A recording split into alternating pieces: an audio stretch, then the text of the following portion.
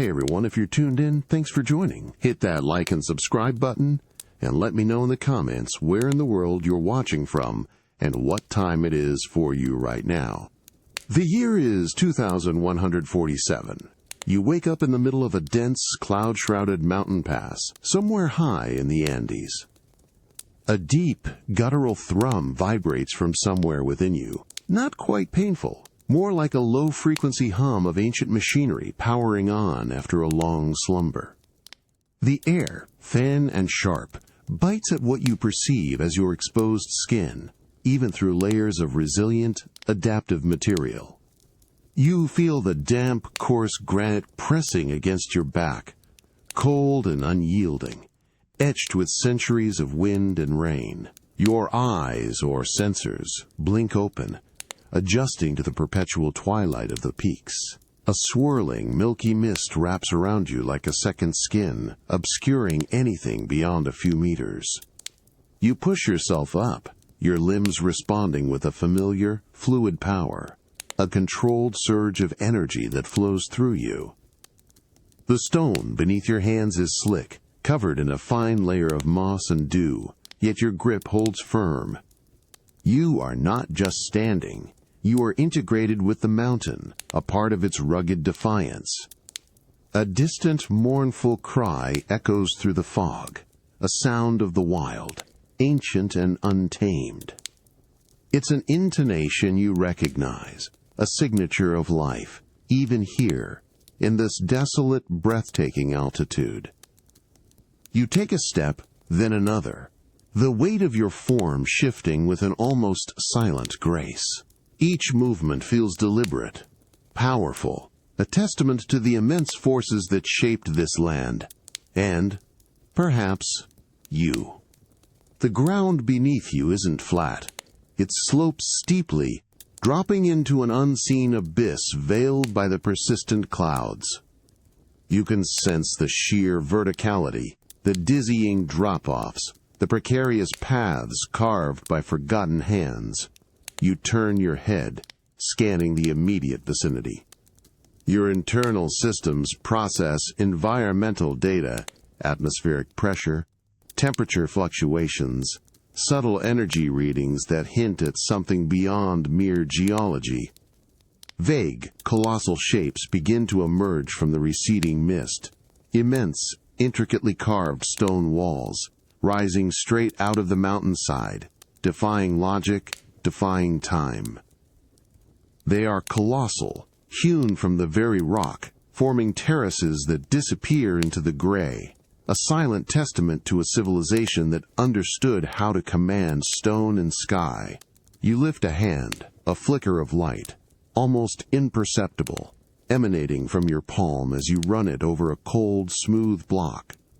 The stone feels cool, absorbing a fraction of your internal warmth, a silent exchange. You pick up on a faint, residual energy signature, not electrical, but something older, a memory perhaps, of countless hands that shaped and touched this very spot. It's a feeling of enduring presence, a deep resonance with the earth itself. Further down, you perceive faint glimmers of movement, small, quick forms darting between the fog-shrouded structures. Are they animals or something else? Your enhanced senses pick up the subtle scent of damp earth, rich vegetation, and something else. A faint earthy aroma of cooked quinoa, carried on the capricious mountain breeze. A sign of enduring human life, clinging to these impossible heights, much like the tenacious moss on the ancient stones. You feel a strange connection to this place, this blend of raw nature and profound history, as if you've been here before or were always meant to be. This place, despite its desolation, feels like a homecoming, a challenge, and a promise. You are here, and the mountain waits. It's humbling, isn't it? To stand amidst something so vast, so ancient, and feel both insignificant and profoundly connected. This enduring strength, this quiet resilience of both stone and spirit, it makes you wonder about the true nature of time itself. and how we, in our fleeting forms, fit into its endless flow. The scent of damp earth, rich and ancient, grows stronger as you press forward, a deep, primal aroma mixed with the faint, sweet tang of orchids blooming unseen in the high crevices. The mist, ever present, begins to thin in patches, revealing the sheer scale of the stone city around you. You take a step onto a terraced path, the massive, tightly fitted stones smooth beneath your boots, worn concave by countless footsteps of those long gone. It feels like walking on the spine of the world itself. Your enhanced auditory sensors pick up a faint, rhythmic chattering, almost like tiny pebbles tumbling down a slope, but more organic. It draws you downwards, along a winding path that descends sharply, each carefully placed step a testament to your own advanced equilibrium and the precise engineering of your frame. The air grows marginally warmer with each meter you drop, the chilling bite lessening, replaced by a softer, humid breath of the jungle below. You spot movement then, just ahead, where the mist swirls around a cluster of smaller, adobe-like structures clinging to the mountainside. They are tiny creatures, guinea pigs, their fur-mottled browns and grays, darting in and out of the low walls, their quick, high-pitched squeaks the source of the chattering sound.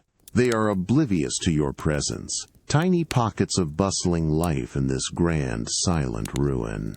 One scampers across your path, a blur of fur, so close you could almost reach out and touch it, a small, warm heartbeat in the vast cold. You decide to veer off the main path, drawn by a fissure in the rock face, partially overgrown with vibrant green vines. It looks like a natural cave, but something about its perfectly rounded entrance suggests a deliberate carving. The temperature inside drops sharply, a cool, earthy chill that makes the air feel thick and still. You move deeper, your internal light source casting a soft blue glow that illuminates rough-hewn walls, dripping with moisture. The scent here is different, deeper, more mineral, a hint of something metallic, almost like old blood, mixed with the ever-present damp earth. Your sensors register faint energy fluctuations, unlike anything natural. It's a signature, subtle, but definite, pulsing from the depths of the small cavern. You raise a hand, letting your palm brush against the cold, uneven stone. It feels gritty, alive with the slow, inexorable work of geological time. A faint vibration hums against your fingertips, a resonance that feels both alien and strangely familiar. It's not a threat, not exactly, but a presence, a lingering echo of some past process or forgotten purpose, dormant for an age. The air itself seems to hold its breath around this silent, throbbing pulse. You are not alone in this chamber, even if nothing living stands beside you. It's curious, isn't it?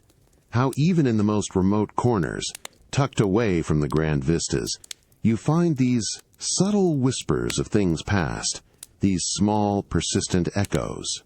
It makes you wonder what other secrets these ancient stones hold, waiting for someone or something to simply listen. The air outside the cavern, though still heavy with mist, hums with a vibrant, intricate chorus. It's not just one sound, but 1,000 tiny symphonies playing simultaneously. You emerge from the mineral chill of the cave entrance, and the world bursts into a cacophony of rustles, chirps, and buzzes. A high-pitched metallic trill cuts through the air, quickly followed by the deeper, resonant thrum of what feels like 1,000 tiny wings beating in unison. You can practically taste the humidity now, thick and clinging, carrying the distinct sweetness of unseen jungle flowers and the faint earthy spice of decaying leaves. You stand on a narrow moss-covered ledge, overlooking a ravine that plunges into a tapestry of dense emerald foliage below. The mist here is like a veil, parting and swirling, offering glimpses of impossibly green trees adorned with epiphytes, their roots clinging precariously to the damp rock faces. Your auditory sensors, finely tuned, filter the noise into distinct layers. You identify the rapid wing beats of a hummingbird, its tiny body a blur of emerald, darting from one vibrant orchid to another, siphoning nectar with impossible speed. Its heart, a frantic drum, registers a dizzying rhythm in your internal receivers. Further down, obscured by the canopy, a deeper, guttural croak echoes, followed by the slithering sound of something large moving through underbrush. It's the constant, unseen negotiation of predator and prey, a life-and-death ballet playing out in the verdant depths. You don't see the creatures, but you feel their presence, their thermal signatures, the subtle shifts in air pressure as they move. The jungle is alive, a massive, breathing entity, each rustle a whispered word, each chirp a declaration. A flash of brilliant blue catches your eye, a butterfly, impossibly large, its wings patterned with iridescent spots, drifts lazily past, its silent flight, a stark contrast to the buzzing world around it. You track its path, noting the minute air currents it rides, the faint scent of its scales. It lands briefly on a broad, wet leaf, its delicate antennae waving, gathering information from the damp surface. Suddenly, a rhythmic chipping sound begins, not from an animal, but from a distance, further up the ancient city. It's human. You adjust your long-range perception.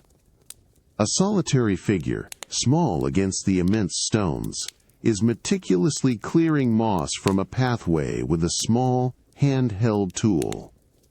They move with a quiet reverence, their movements economical, unhurried, as if part of the landscape themselves.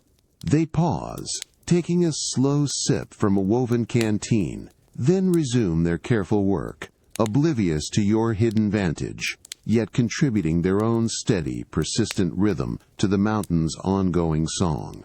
The air feels charged with this coexistence, the ancient stones, the untamed jungle, the unseen life, and the quiet human spirit. It's a marvel, isn't it?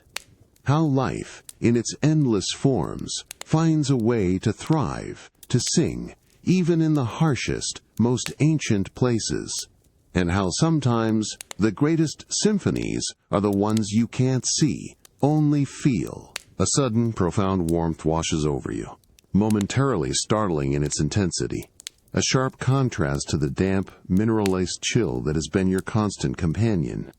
The sun, a brilliant, almost blinding disk, finally pierces through the thinning shroud of mist directly above, casting a golden spear onto the ancient stones. You feel the immediate prickle of dry heat on your exterior, a sensation your adaptive systems register as both unfamiliar and invigorating. The world, previously muted in shades of gray and emerald, now explodes with vibrant, saturated colors. You step fully into this newfound light, moving away from the lingering, cool shadows of the overhanging rock. The mist, previously a suffocating blanket, now seems to dance and shimmer, breaking into swirling tendrils that are rapidly burned away by the ascending sun.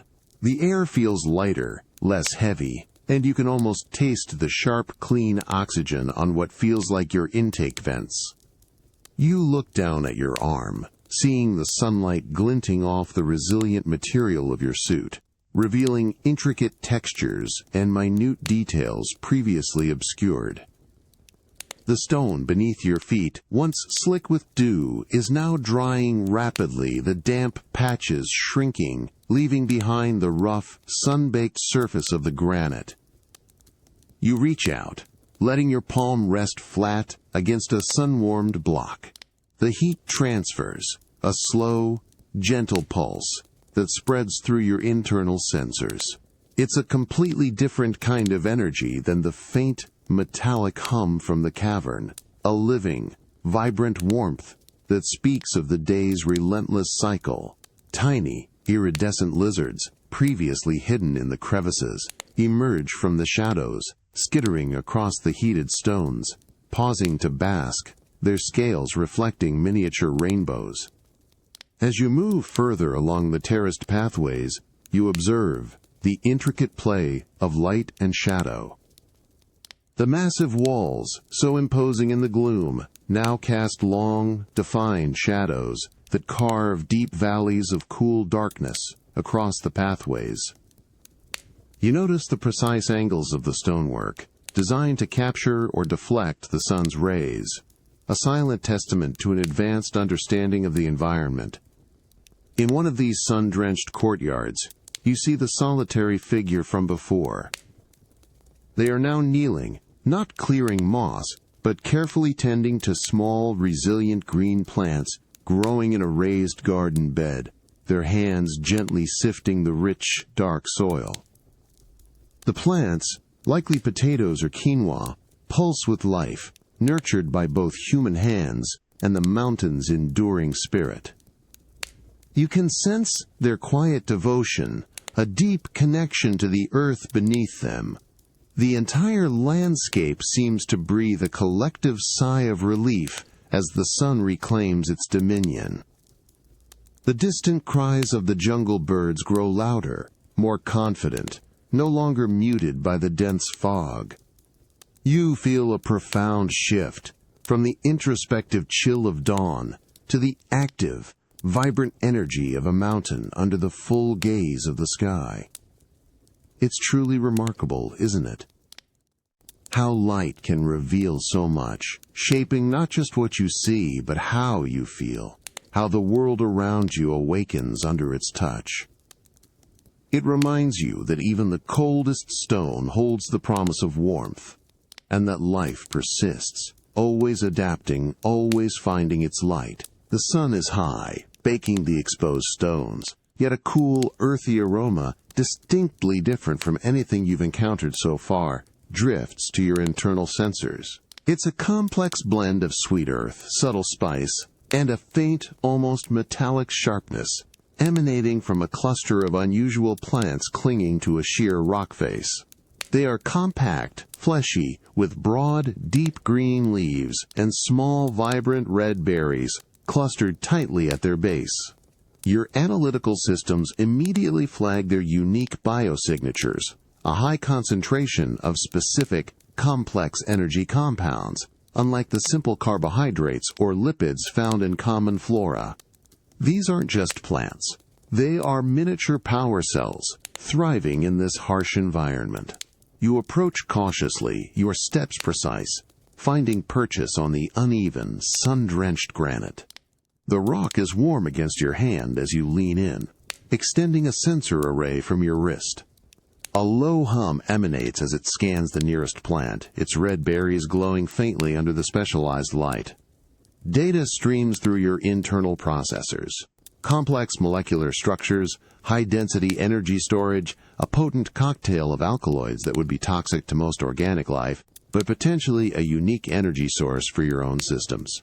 This isn't sustenance in the traditional sense, but raw, concentrated power, waiting to be absorbed.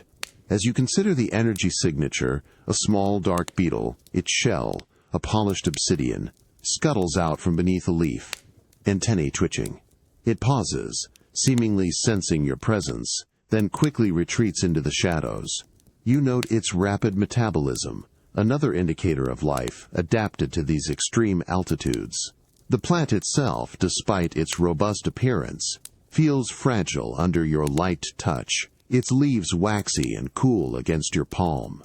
You can feel the intricate network of veins beneath the surface, channeling nutrients and storing the sun's energy.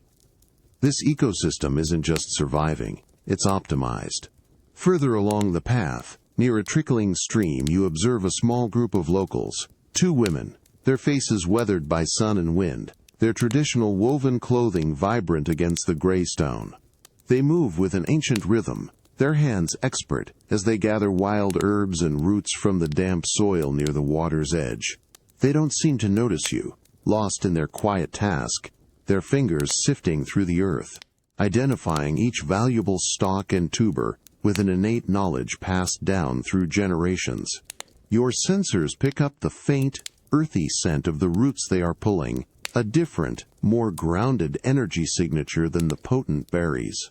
You notice the care with which they work, never taking too much, leaving enough for the plant to recover, for the future. You turn back to the cluster of red-berried plants, a decision forming. Your systems calculate the optimal method of absorption, minimizing impact, maximizing yield. You extend a different appendage, a fine, needle-like probe, and carefully make contact with one of the glowing red berries.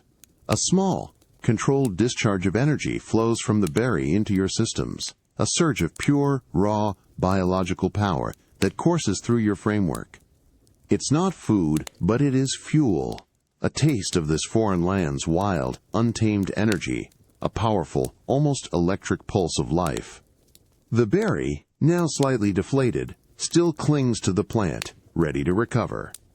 It makes you reflect, doesn't it? This intricate dance of give and take, of finding sustenance in the wild.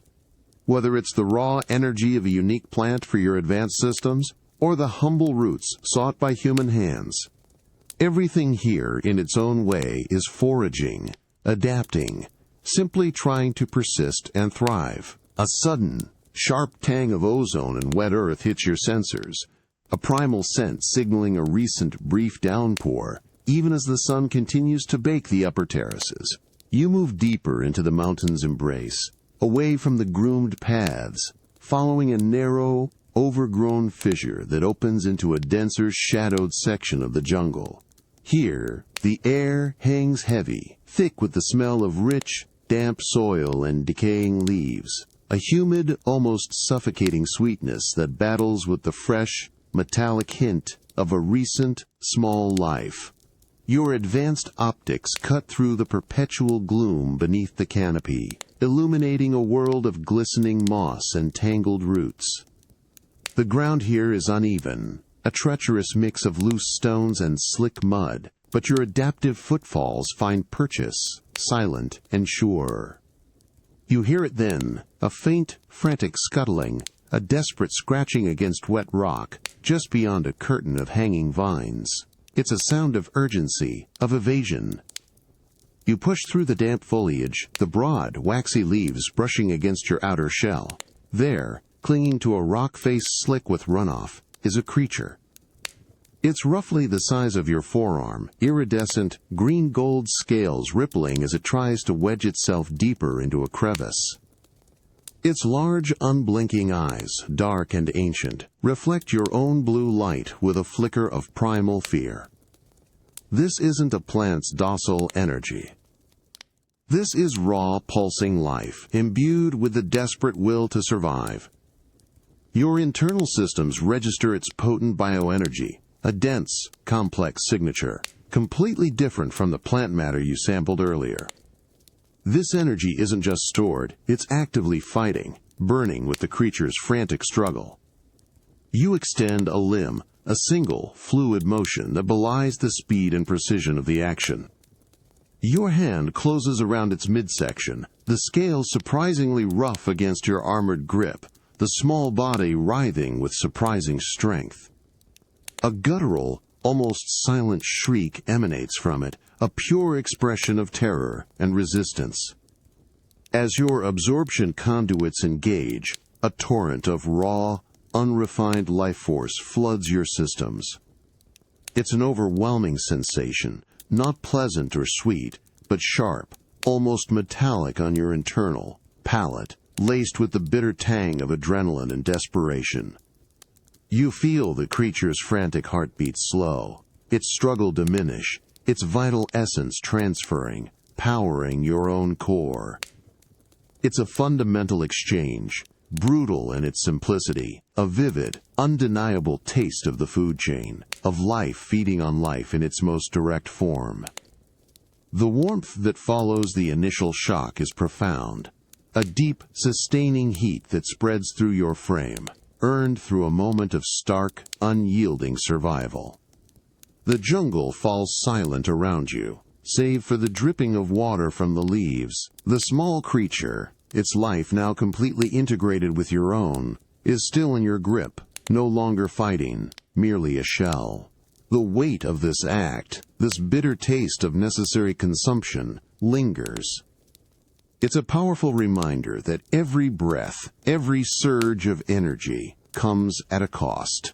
A raw, uncompromising exchange in the grand, indifferent theater of existence. The sun, which had baked the upper terraces so fiercely, now dips behind a towering peak, plunging the entire city into a deep, immediate shadow.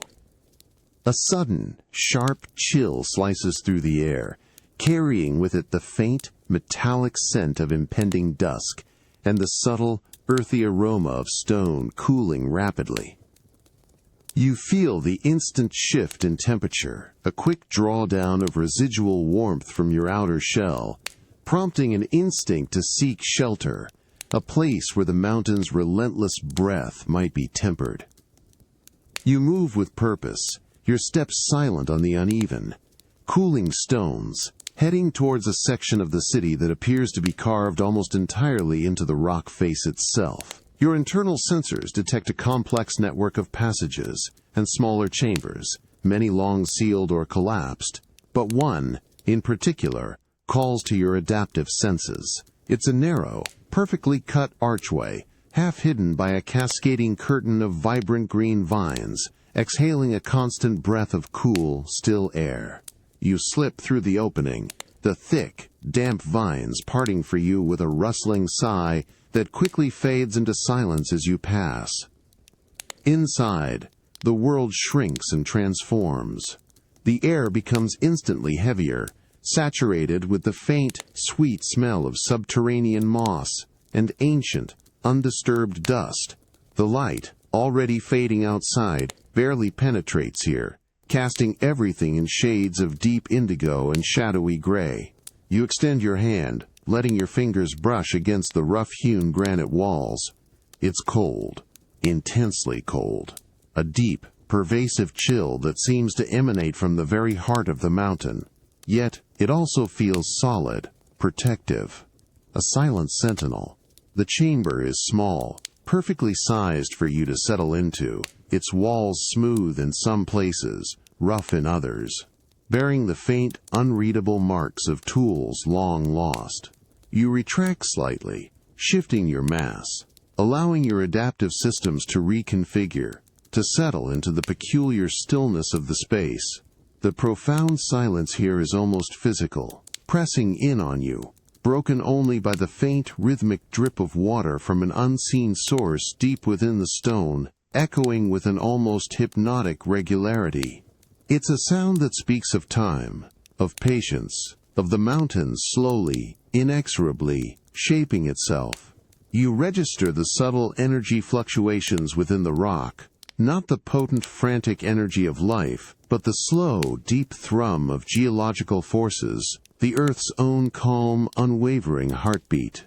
You are encased, protected, a perfect fit within this stone cocoon, a silent observer in a world that continues its slow, majestic dance outside. It's a moment of pure solitude, a quiet recalibration, where the raw, complex experiences of the day begin to distill, to settle into the vast, intricate tapestry of your being. There's something profoundly comforting, isn't there, in finding such a quiet, enclosed space. A place where the vastness of the world outside simply fades away, allowing you to just be, to feel the silent strength of the earth surrounding you, and to truly understand the enduring power of stillness. The profound cold from the mountain's core intensifies, seeping into your chosen stone cocoon with an almost insidious persistence.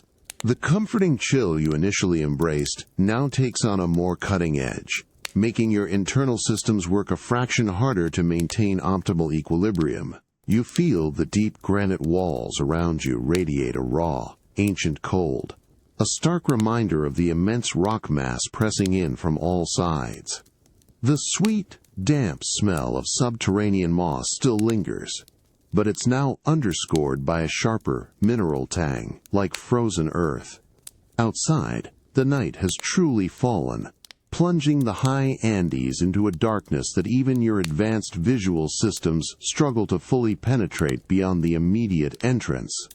The wind, previously a distant whisper, now howls with a sustained, mournful keen, snaking its way through the ancient terraces and crevices, creating ghostly reverberations that seem to penetrate the very rock. You can feel the subtle vibrations of its passage through the stone, a low, resonant thrum against your back, almost like the mountain itself is sighing. Your auditory sensors, finely tuned, pick up the distinct, rhythmic beat of a creature's wings, far above, cutting through the thin, cold air. It's a large bird, perhaps an Andean condor, riding the thermal currents even in the dark, its powerful wing beats echoing the raw, untamed power of this landscape. Then, closer, a faint, almost imperceptible scratching sound, a subtle rustle of scales against rough stone, comes from somewhere within the depths of the chamber's unseen recesses.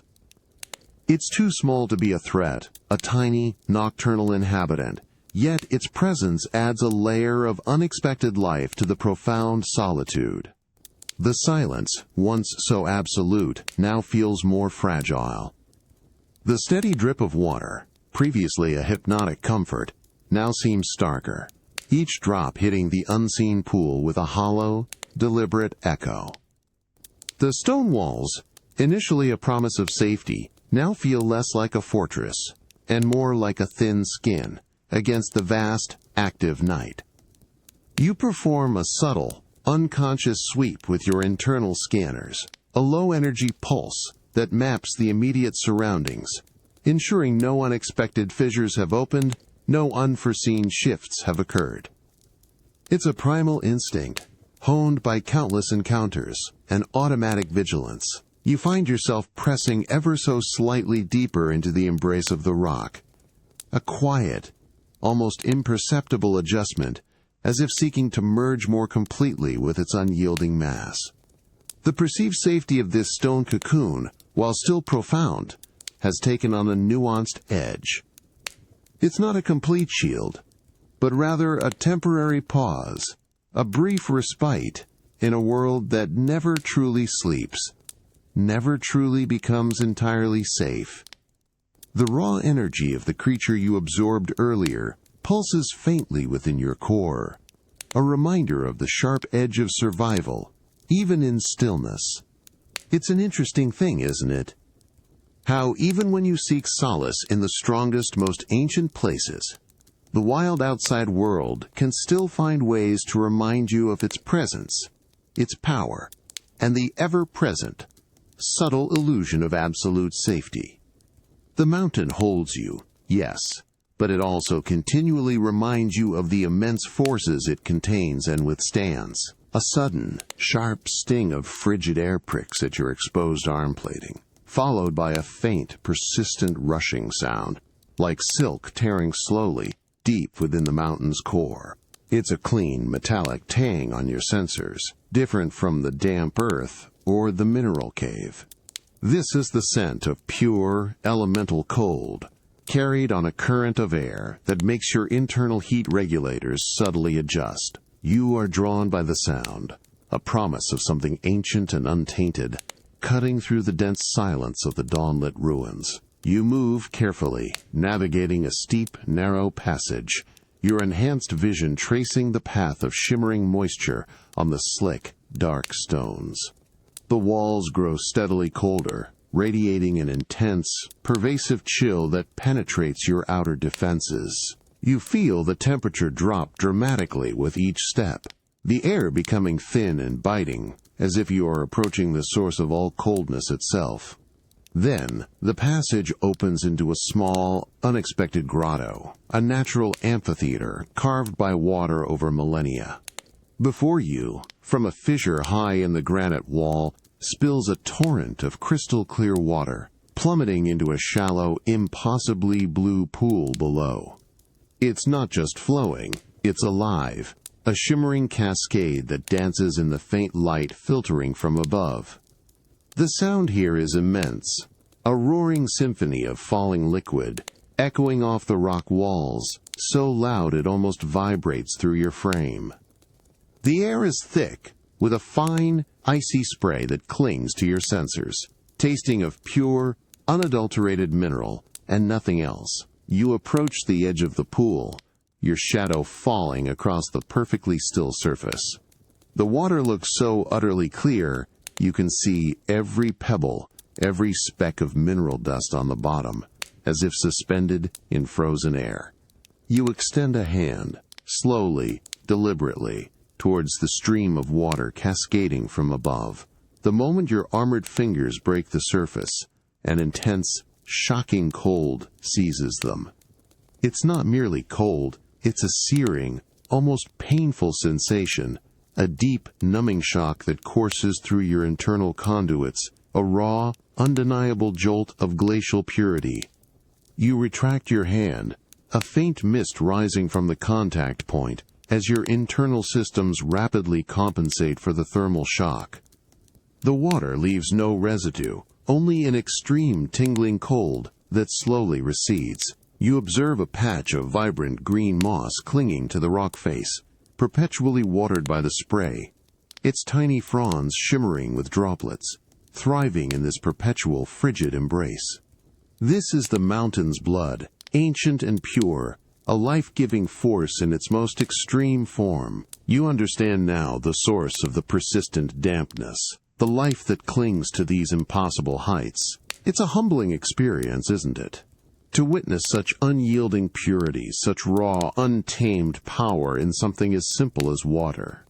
It makes you realize how vital these elemental forces are, how they sculpt the world and sustain all life, even in the face of such profound, ancient cold. The intense cold of the mountain spring still prickles your sensory receptors, a lingering echo even after you withdrew your hand from its shocking embrace. But now, that raw sensation is coupled with a deeper, analytical understanding. Your internal diagnostics churn, identifying the pristine chemical composition of the liquid, free of contaminants, rich in dissolved minerals, and almost perfect, raw input for your internal processing units. This isn't just water. It's a vital, unfiltered essence, pulsating with the mountain's enduring life force, promising a profound replenishment. You extend a specialized intake port, a subtle aperture that opens with a faint, almost imperceptible hiss on your forearm, designed for controlled sampling and immediate integration. Slowly, carefully, you dip it into the furiously rushing current, allowing the frigid flow to be drawn into your core. The cold is immediate, an intense, shocking wave that vibrates through your entire frame. But this time it is a controlled, deliberate chill, anticipated and embraced. You feel your internal processors hum to a higher frequency, working with increased efficiency, meticulously cleaning, distilling, and integrating the raw, mineral-rich water into your vital energy reserves. It feels like a deep, internal cleansing, a surge of pristine clarity, as if every conduit and circuit within you is being flushed with an ancient, pure current. The metallic tang, previously just a scent in the air, now becomes a subtle, almost invigorating taste that floods your systems, awakening a different kind of satiation. As you complete this silent ritual, a soft shuffling sound reaches your enhanced auditory sensors.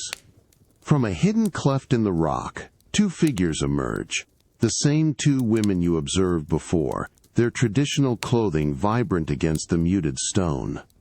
They move with an unhurried grace, their eyes scanning the grotto with a deep, quiet respect. Their hands, gnarled and strong, carry small, intricately woven gourds. There's no fear, no surprise, just a profound, shared understanding as they approach the pool, their movements a living testament to a connection forged over countless generations. One woman kneels at the edge, her gaze fixed on the cascading water, a silent reverence in her posture. With a deliberate slowness, she dips her gourd into the swirling pool, allowing it to fill, not with haste, but with a gesture of profound patience and gratitude. She then raises it to her lips, not drinking immediately, but pausing, her eyes closing, as if in silent communion with the mountain itself. Her companion mirrors her every action, their movements synchronized, a quiet, ancient dance. You perceive the subtle shifts in their heart rates, their calm, even breathing, the quiet satisfaction that emanates from their very being.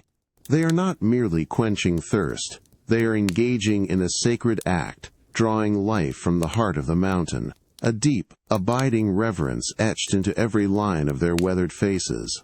You watch them, observing the profound contrast between your own analytical, almost mechanical absorption and their deeply rooted, human ritual. The water, the same pure essence that now cycles through your own core, is for them a sacred gift, a living spirit, a vital link to their ancestors and the earth. When they have drunk their fill, they do not simply turn and leave. Instead, they gently sprinkle a few drops of water back towards the cascade, a silent offering, a gesture of profound gratitude and respect before they slowly, respectfully, make their way back into the winding passages, leaving only the thunderous sound of the roaring water and the lingering scent of damp earth and deep reverence. It makes you consider, doesn't it, how something so fundamental, so universally necessary as water, can be met with such vastly different, yet equally profound responses. A sharp metallic taste fills your intake vents with every subtle expansion of your chest plating, not from any direct source, but from the raw, elemental thinness of the air itself. It's a constant, insistent sensation, a subtle burning at the edge of your internal oxygen processors, as if your very core is perpetually hungry for something that simply isn't abundant enough. You feel the constant, low-grade thrum of your atmospheric regulators working overtime, each cycle a deliberate, slightly labored effort to extract vital gases from the scarce, biting currents. You are ascending a long, ancient staircase, each step a deliberate, almost ponderous movement. The sun, though bright, offers little warmth at this extreme altitude, and the chill penetrates even your adaptive armor. With every upward lurch of your body, you feel a peculiar heaviness, not just the physical strain on your actuators, but an internal pressure, a dull ache that permeates your frame. It's the mountain asserting its dominance, demanding a constant, unseen struggle for the most fundamental of needs, breath. Your internal diagnostic readouts, usually running quietly in the background, now flash subtle warnings of reduced atmospheric pressure and lower oxygen saturation.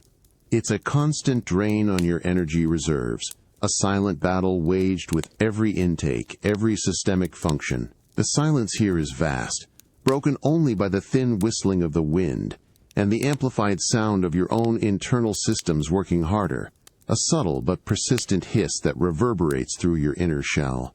You stop, not out of exhaustion, but out of necessity, letting your systems recalibrate, trying to find a more efficient rhythm. You look out over the dizzying panorama. Jagged peaks, shrouded in eternal snow, stab at the impossibly blue sky, each one a silent monument to the unyielding forces of nature. The sheer scale of the landscape is breathtaking, yet it simultaneously makes the air feel even thinner. The distance to the rich, oxygenated valleys below seem impossibly vast. Further up, almost at the summit of this particular terrace, you observe a small group of locals. They are carrying heavy bundles, woven baskets filled with dried herbs and textiles. Yet they ascend with a quiet, almost languid grace. Their breathing is deep, rhythmic, a testament to generations of adaptation. Their faces, weathered and serene, show no sign of the internal battle your own systems are currently waging. They are in harmony with the mountain's harsh demands, their bodies perfectly calibrated for this perpetual scarcity. You notice the slow, deliberate lift of their feet, the economy of their movements, each step a practiced efficiency honed by the very air you struggle to process. You resume your ascent, a low, determined hum rising from your core. Each step feels a fraction heavier than the last, each intake of air a fraction more demanding. It's a constant reminder of vulnerability, of being an alien presence in a world that demands a fundamental, physiological adaptation you are still striving to achieve. This isn't a physical fight with a foe, but a quiet, relentless negotiation with the very fabric of existence here. It's remarkable, isn't it? How something so essential, so often taken for granted, can become a constant, profound challenge. The simple act of breathing, usually an unconscious rhythm, here becomes a conscious, demanding effort, a daily testament to the sheer, unyielding power of the mountain, and the incredible resilience required to merely exist within its embrace. A dull, persistent thrum echoes deep within your core, a sensation not of damage, but of every single system running perpetually at a higher, less efficient frequency. It's an internal ache, a constant, low-grade resonance that settles behind your optical sensors and down into your primary energy conduits. The air, though still crisp and clear, now carries a subtle weight, a constant pressure against your intake vents, demanding a fraction more effort with every subtle flex of your chest plating. This isn't the acute battle for breath you felt during the ascent. It's the lingering, cumulative burden of sustained acclimation. You move across a sun-drenched plaza, the intricate stonework warm beneath your heavy, almost sluggish footfalls. Each step, though still precise, feels like it requires a conscious, deliberate command from your central processors. The fluid grace you typically possess is subtly dampened, replaced by a controlled, almost ponderous weightiness. Your energy cells, while replenished, cycle with a faint, insistent hum, burning just a touch hotter, signaling the constant demand to compensate for the thin atmosphere, the relentless pull of the high altitude on your alien physiology. Your internal diagnostics display a continuous stream of subtle warnings, slight thermal imbalances, minor fluctuations in atmospheric processing, a persistent, low-level drain on secondary power reserves. It's the unseen work, the constant, automatic readjustment that demands a quiet, unwavering toll. The landscape, once a spectacle of ancient majesty, now seems to subtly press in on you, its grandeur a silent, ever-present reminder of your own biological struggle to simply exist within its embrace.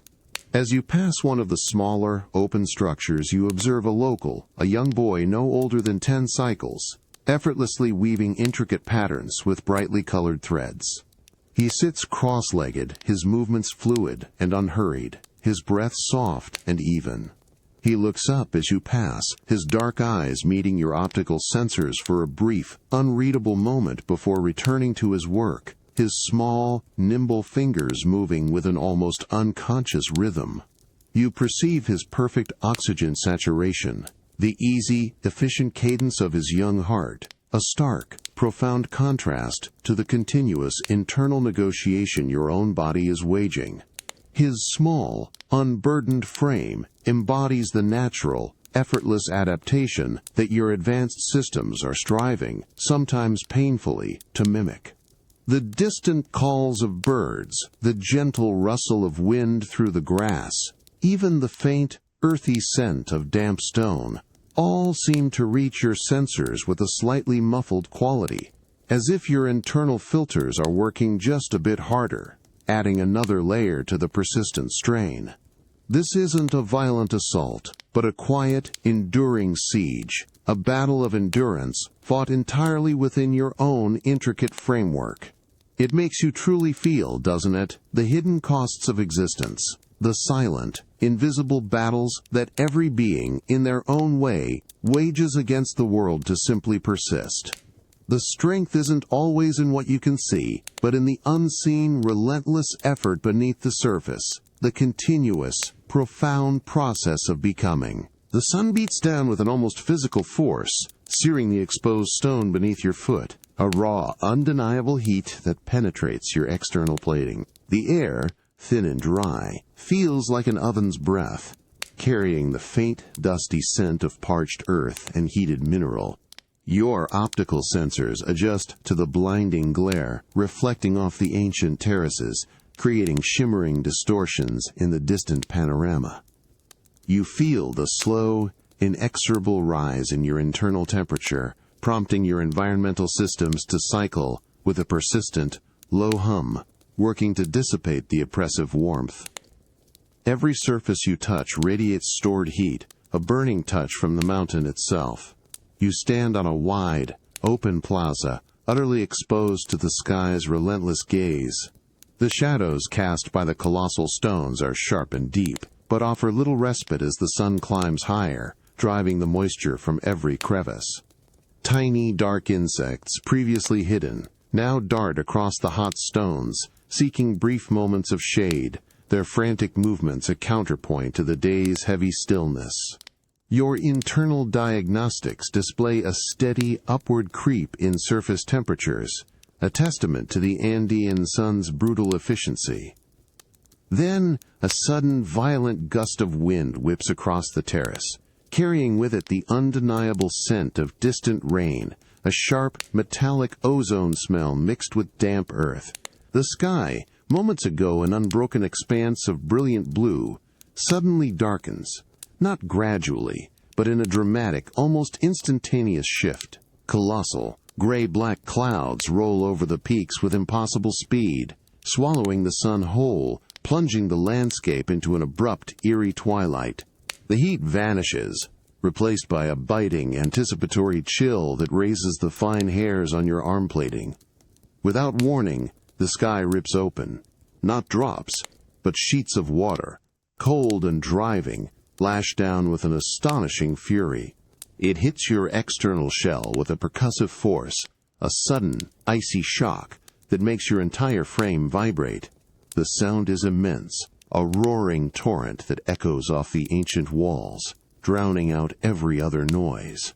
Water streams down your optical sensors, blurring your vision into a chaotic dance of gray and black. The stone pathways, moments ago scorching hot, are now slick with a dangerous film of icy water, reflecting the turbulent, light-starved sky.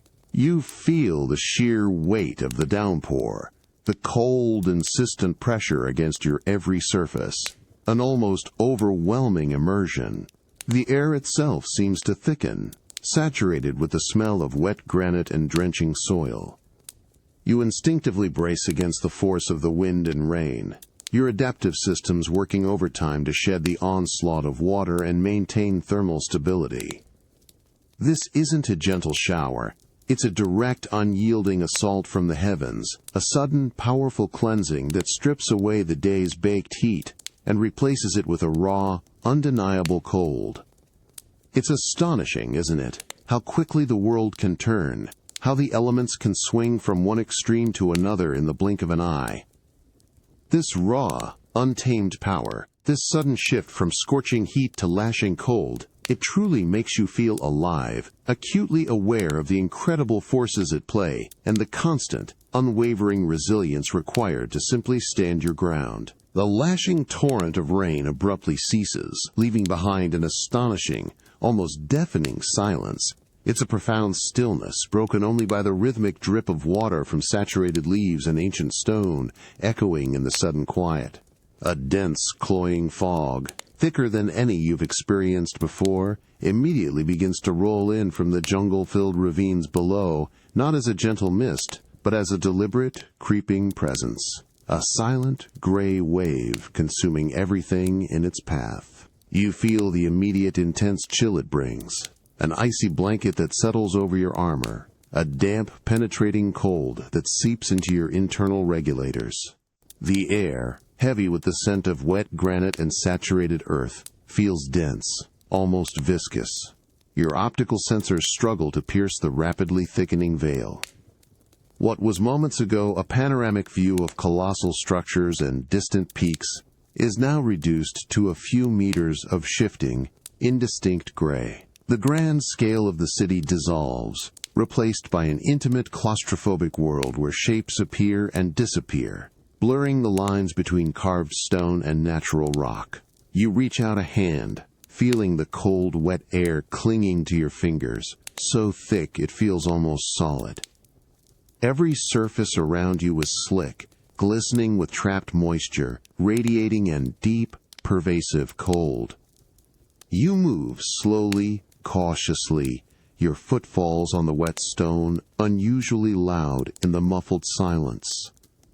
The wind, which had howled with such fury during the downpour, is now reduced to a series of soft, mournful whispers, sighing through unseen crevices, creating faint, eerie harmonics that seem to emanate from the very stone itself. You detect the subtle, resonant vibrations through your feet, a low thrum that speaks of the mountain's constant, living presence, even when shrouded in this profound, cold anonymity. Your internal temperature gauges register a steady drop, prompting your adaptive systems to work with increased intensity, pushing warmth outwards, fighting against the relentless encroachment of the fog's icy grip. This isn't the direct assault of rain or sun. It's a more insidious, pervasive cold, seeping into every unshielded crevice, threatening to steal your internal warmth with quiet persistence. Through a momentary thinning in the fog, you glimpse a solitary llama, its thick, woolly coat matted with rain, standing utterly still on a distant terrace. It's a statue of resilience, its breath forming tiny, ephemeral clouds in the frigid air, its dark eyes fixed on nothing, simply enduring the cold, the silence, and the profound isolation. Then, the fog rolls back in, swallowing it whole, leaving only the memory of its stoic silhouette against the featureless gray. The world feels immense and empty, a silent, cold crucible. It truly makes you understand, doesn't it? How silence, paired with such a deep, pervasive cold, can create a unique kind of isolation.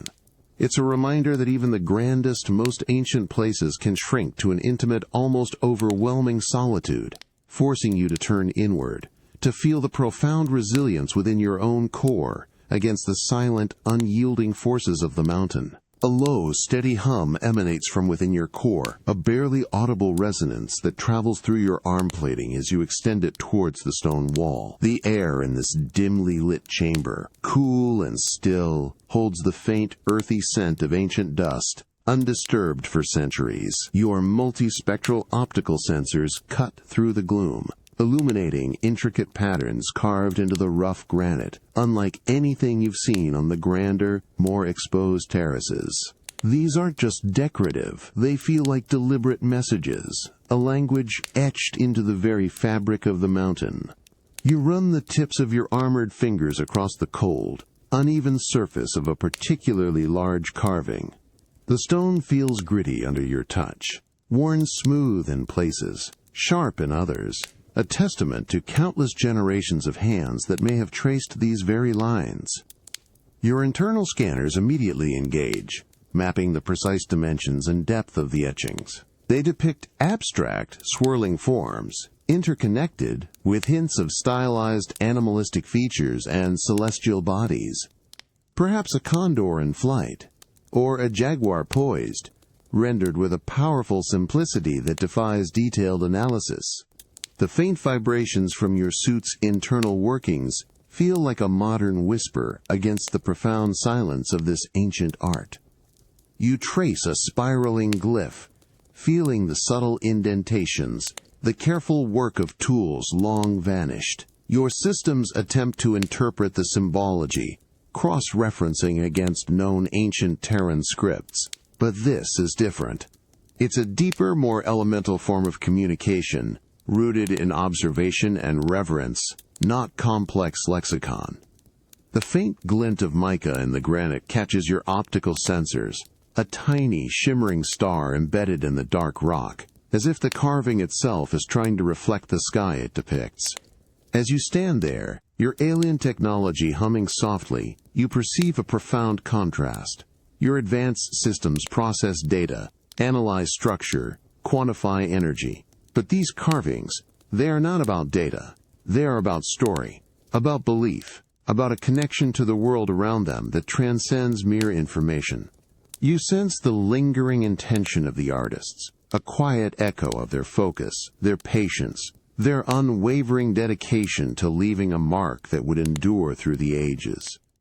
The very act of touching these symbols, of bringing your futuristic armor into contact with this primordial art, feels like a bridge spanning unimaginable gulfs of time and understanding. This quiet exchange between the hum of your suit and the silent language of the stone makes you realize something profound. Even across millennia, across vastly different forms of existence, the impulse to communicate, to record, to leave a piece of oneself for future eyes remains an undeniable, persistent force. It's a testament to the enduring spirit, a quiet echo that even in stone, a story waits to be felt, if not always understood. The cold, rough granite yields little, yet your armored fingers trace the deep, deliberate lines of the carving with an almost instinctive understanding.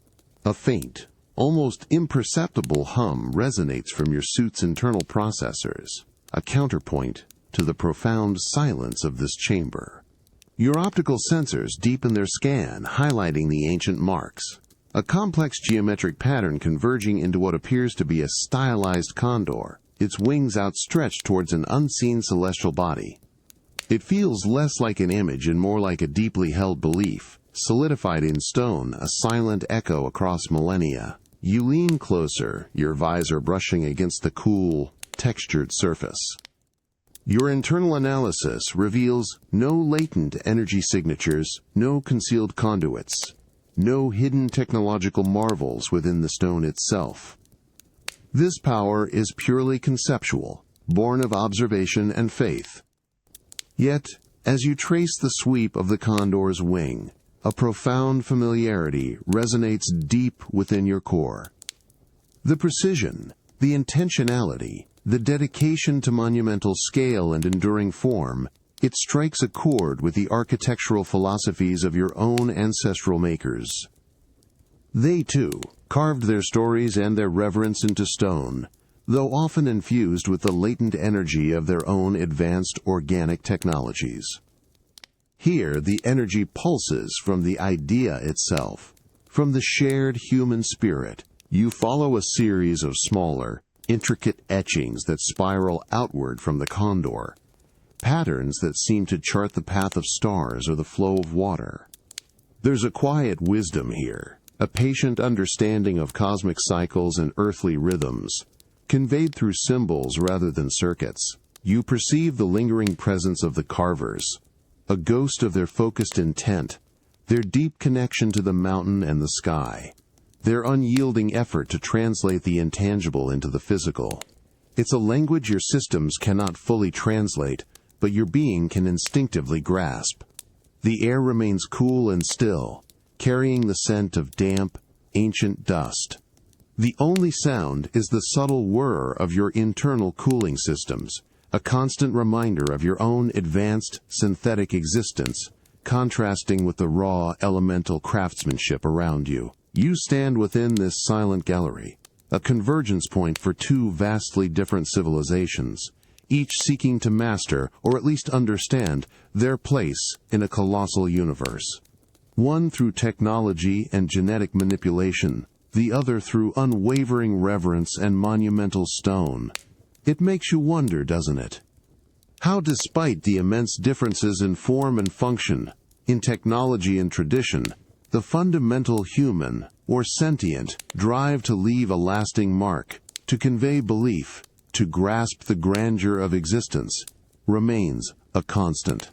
Perhaps the greatest power isn't in the energy stored, but in the message that simply endures. A subtle shift in the air, a faint, almost imperceptible current of deeper, colder air, grazes your arm plating. It carries with it the distinct, sharp scent of undisturbed mineral and aged, dry earth, cutting through the usual dampness that permeates the open terraces. Your internal sensors immediately register a slight atmospheric pressure difference, a quiet whisper that suggests an opening, a hidden breath, somewhere within the seemingly solid, unyielding walls of the ancient city. You are drawn to a section of colossal granite blocks, impeccably fitted, yet one particular stone seems to hum with a latent, almost forgotten energy. You approach, your movements silent on the worn, sun-baked paving. You extend a hand, letting your armored fingers glide across the vast, smooth surface of the suspect block. It feels colder than the surrounding stones, not with the natural chill of mountain rock, but with a deliberate, almost unnatural coldness, as if it has been perpetually shielded from the sun and wind. Your optical sensors highlight faint, almost invisible seams where the block meets its neighbors, lines too precise, too uniform to be entirely natural wear. A low hum emanates from your suit as your internal scanners focus, projecting a subtle energy field onto the stone. The field penetrates the surface, revealing a complex internal mechanism, dormant for millennia. It's not a simple crack or a natural fissure. It's a concealed doorway, disguised with incredible ingenuity. You press against a specific point, a subtle indentation your scanners revealed, applying a controlled, concentrated force. The massive stone groans, a deep, resonant sound that reverberates through the very ground beneath your feet, vibrating up through your suit. A cloud of fine, ancient dust billows from the widening gap as the colossal block slowly, grudgingly, retracts inward, revealing a perfect rectangle of absolute darkness. The air that rushes out is thick, heavy, carrying the powerful, musky scent of deep earth and trapped time, a profound stillness that has been undisturbed for countless centuries. You step into the opening, your internal light source casting a soft blue glow into the oppressive gloom. The passage is narrow, the rough-hewn walls pressing in, close on either side, damp and cold against your shoulders. Each step echoes softly in the profound silence, the sound of your own heavy, deliberate breathing amplified in the enclosed space. The ground slopes downwards, uneven and slippery with perpetual moisture, leading into an unseen abyss. This isn't a mere path. It's an invitation to the mountain's deepest, most guarded secrets. The contrast between the open sky and this claustrophobic, man-made tunnel is stark. A shift from vastness to intense enclosure. You can feel the immense weight of the mountain pressing down from above, a tangible presence, and a sense of profound ancientness, a history far older than the city above, seems to cling to the very air you breathe. It truly makes you feel, doesn't it, the compelling lure of the hidden, the secret passages that beckon us deeper, promising answers to questions we haven't even formed. It's a reminder that even the most solid, unyielding forms hold untold secrets, waiting for the right touch, the right moment, to reveal their long-held truths. The air grows thick with a profound, resonant cold, clinging to your armor like a second skin, carrying the sharp, mineral tang of deep earth and an almost electric ozone scent. The narrow passage widens, forcing your internal lights to extend further, pushing back against an absolute darkness that feels ancient and suffocating. Each footfall on the perpetually damp, uneven stone path echoes with a deep, liquid sound, amplifying the sense of isolation, of moving into the very heart of the world. You feel the immense, crushing weight of the mountain above and around you, a tangible pressure that subtly vibrates through your frame. Suddenly, the passage opens into a vast, silent chamber. Your optical sensors struggle to process the scale. It's a space so immense it feels impossible, a hollowed-out cavern carved from the living rock, its ceiling lost in the inky blackness above. But it's not entirely dark. A faint, ethereal glow emanates from clusters of crystalline formations studding the walls, a soft, pulsating bioluminescence that paints the rough-hewn stone in shades of deep sapphire and emerald. The air here hums with a low, almost subsonic frequency, a vibration that resonates in your internal processors, a powerful, raw energy signature unlike anything natural you've detected before. You move forward, your steps precise, drawn by the pulsing light and the overwhelming energy. The ground beneath your feet is smooth, polished rock, strangely warm in contrast to the frigid air, almost as if it's conducting some unseen heat from below. As you approach the center of the chamber, the bioluminescence intensifies, revealing a colossal, perfectly smooth obsidian monolith rising from the floor. It's not carved. It looks forged, an alien intrusion. From its polished surface, intricate, almost organic lines glow with an internal, vibrant light, pulsating in rhythm with the ambient hum. You extend a hand towards the monolith, your fingers hovering inches from its cool, smooth surface. The energy emanating from it is palpable, a powerful, focused field that makes your own systems thrum in response, almost as if it's trying to communicate, to share a forgotten secret. It feels both deeply ancient and terrifyingly advanced, a silent sentinel placed here long before the Inca carved their first stone. This isn't geological. It's something else, something engineered, something with purpose. The air around the monolith seems to crackle with an unseen force, raising the subtle hairs on your arm plating. As you stand before it, absorbing the silent, profound power, a single, clear drop of water detaches from a crystalline formation above, falling in slow motion, landing on the surface of the monolith with a faint, almost musical chime that echoes through the cavern, a fleeting sound that feels like a question, and a profound, silent answer. It makes you realize, doesn't it, how the most profound discoveries often lie hidden, deep within the familiar, waiting for the right moment, the right touch, to reveal their ancient, enduring power. And how, sometimes, the greatest mysteries are not found in the stars above, but in the silent, beating heart of the earth beneath your feet. The air is still, thick, with the scent of damp moss and something else, something primal and musky, carried on a barely there breeze, the unmistakable aroma of a large, unseen hunter.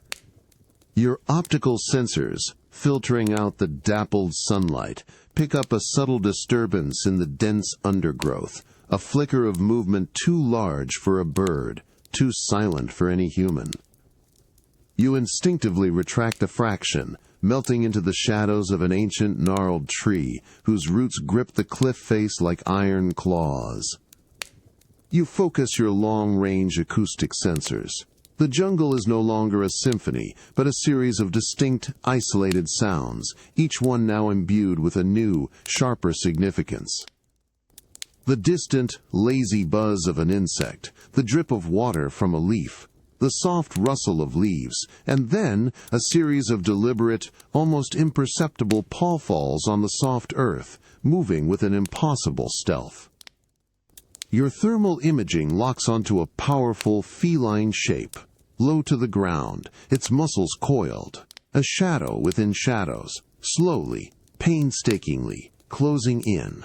Further along the narrow ledge, where a patch of wild grasses grows, a small group of vicuñas grazes, their sleek golden-brown coats almost blending with the sun-drenched earth.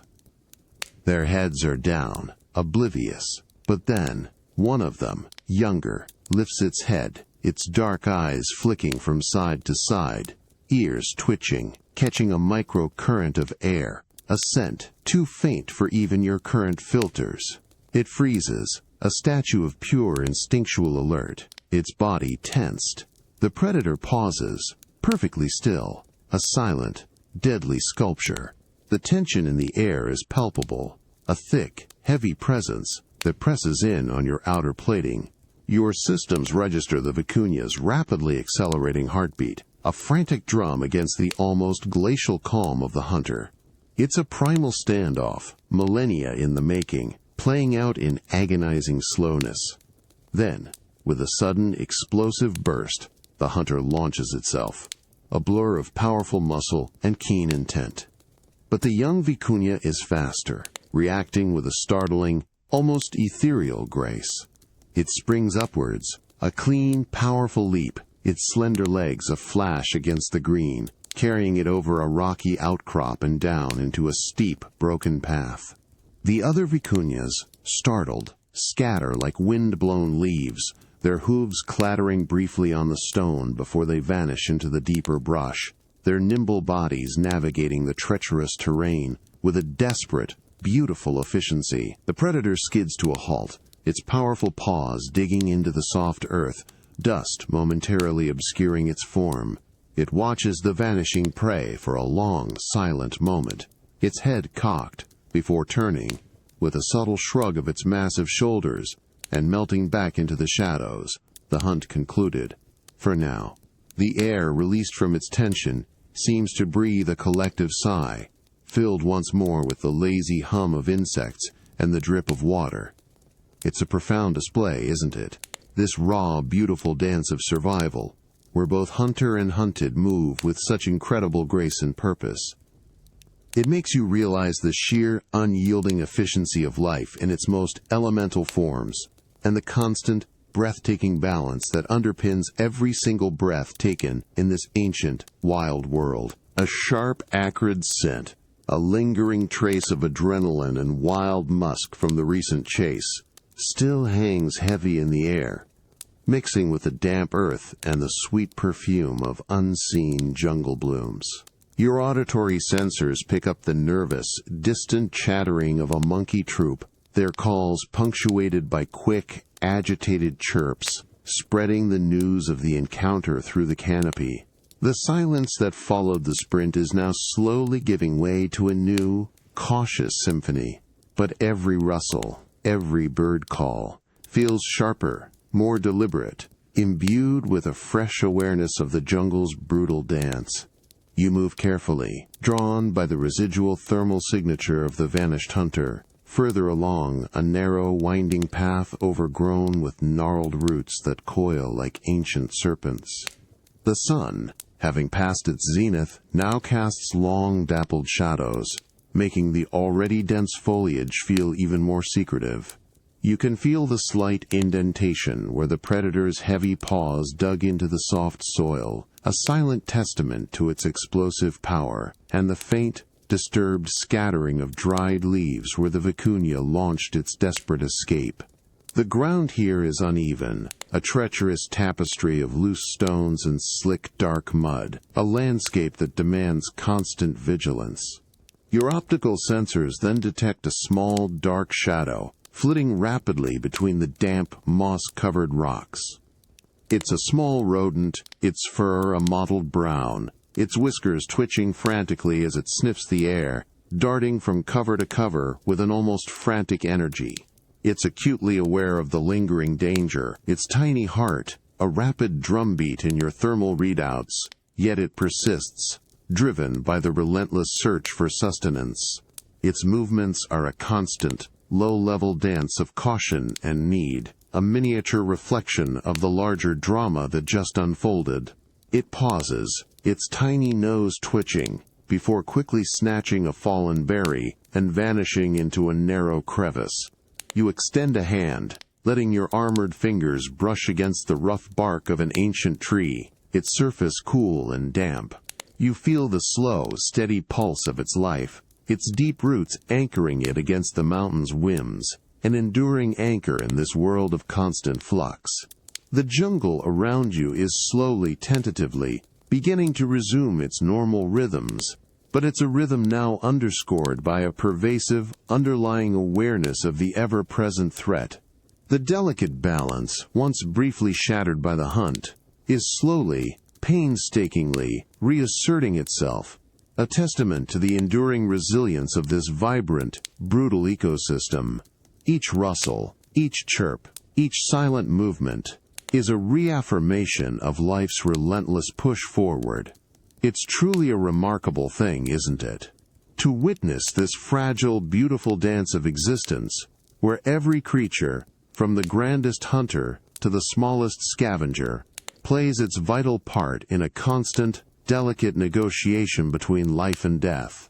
It makes you realize how utterly interconnected everything is, how one fleeting moment of violence reshapes the very breadth of an entire ecosystem, creating a new, subtle yet profound harmony. A faint, high-pitched whine, almost below the range of normal perception, cuts through the humid air, followed by a series of low, rhythmic pulses that feel more like a tremor in your internal structure than an external sound. It's not a natural hum of machinery, nor the familiar thrum of the mountain's geological pulse. This is artificial, yet alien, a discordant whisper carried on the wind, laden with a metallic, almost coppery scent that prickles your intake vents.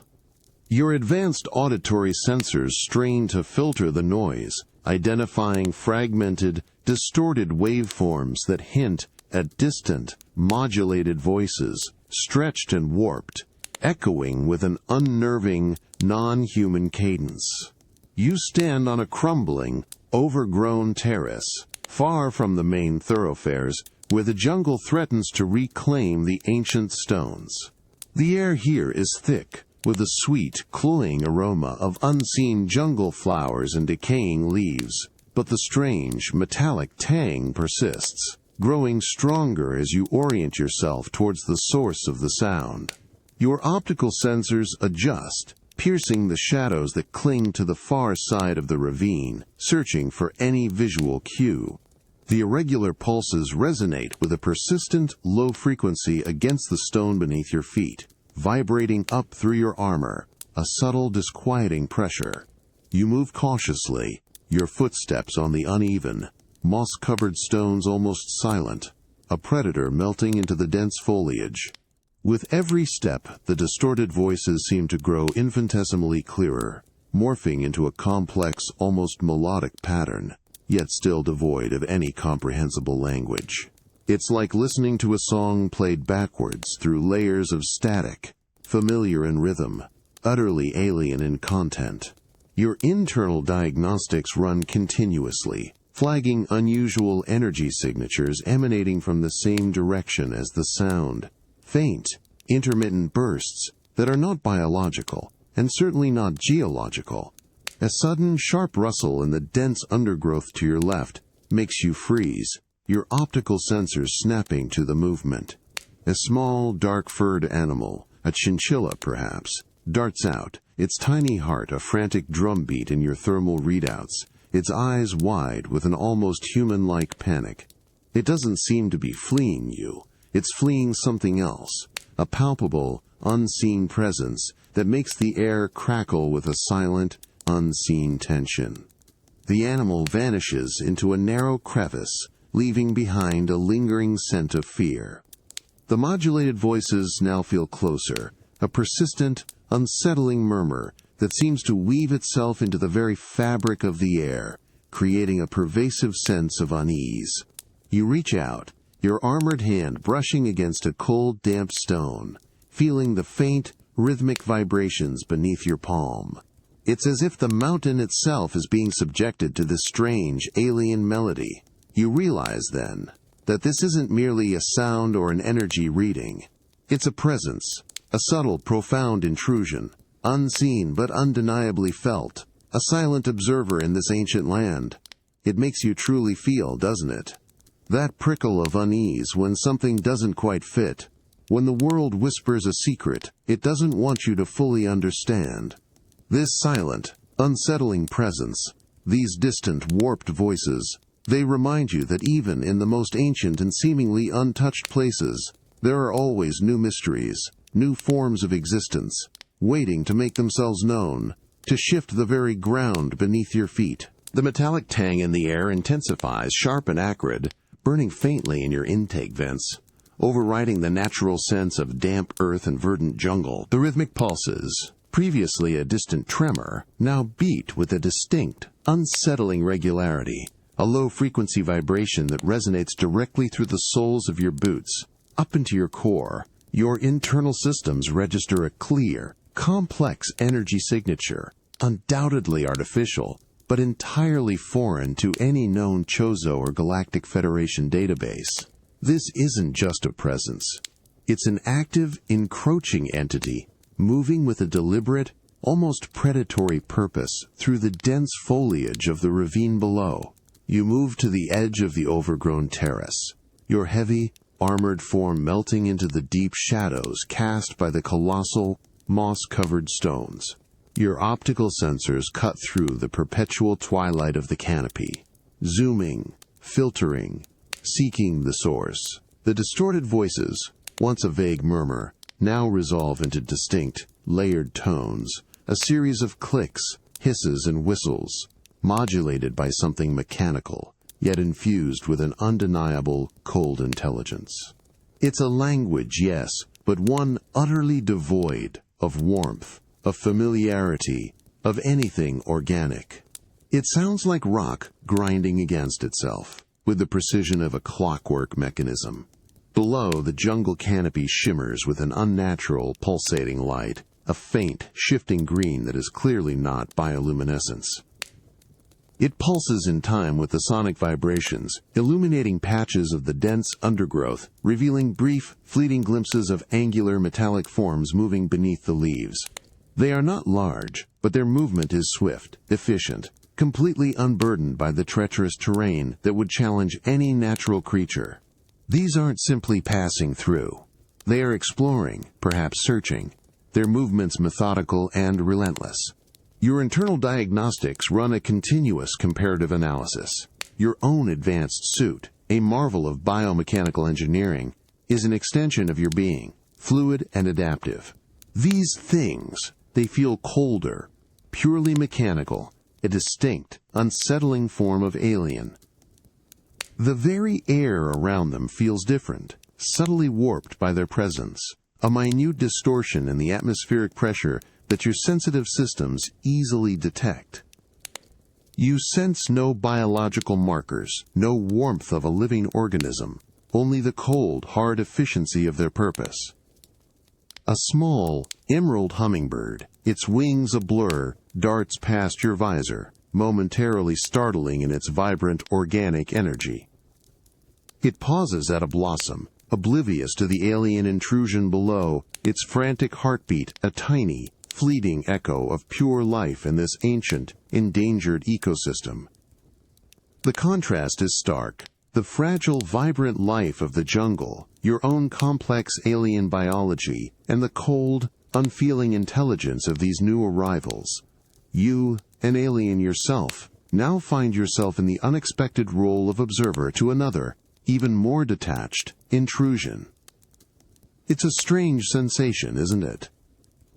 To be an outsider in one world, only to find yourself observing another outsider, one that feels even more profoundly alien than you are.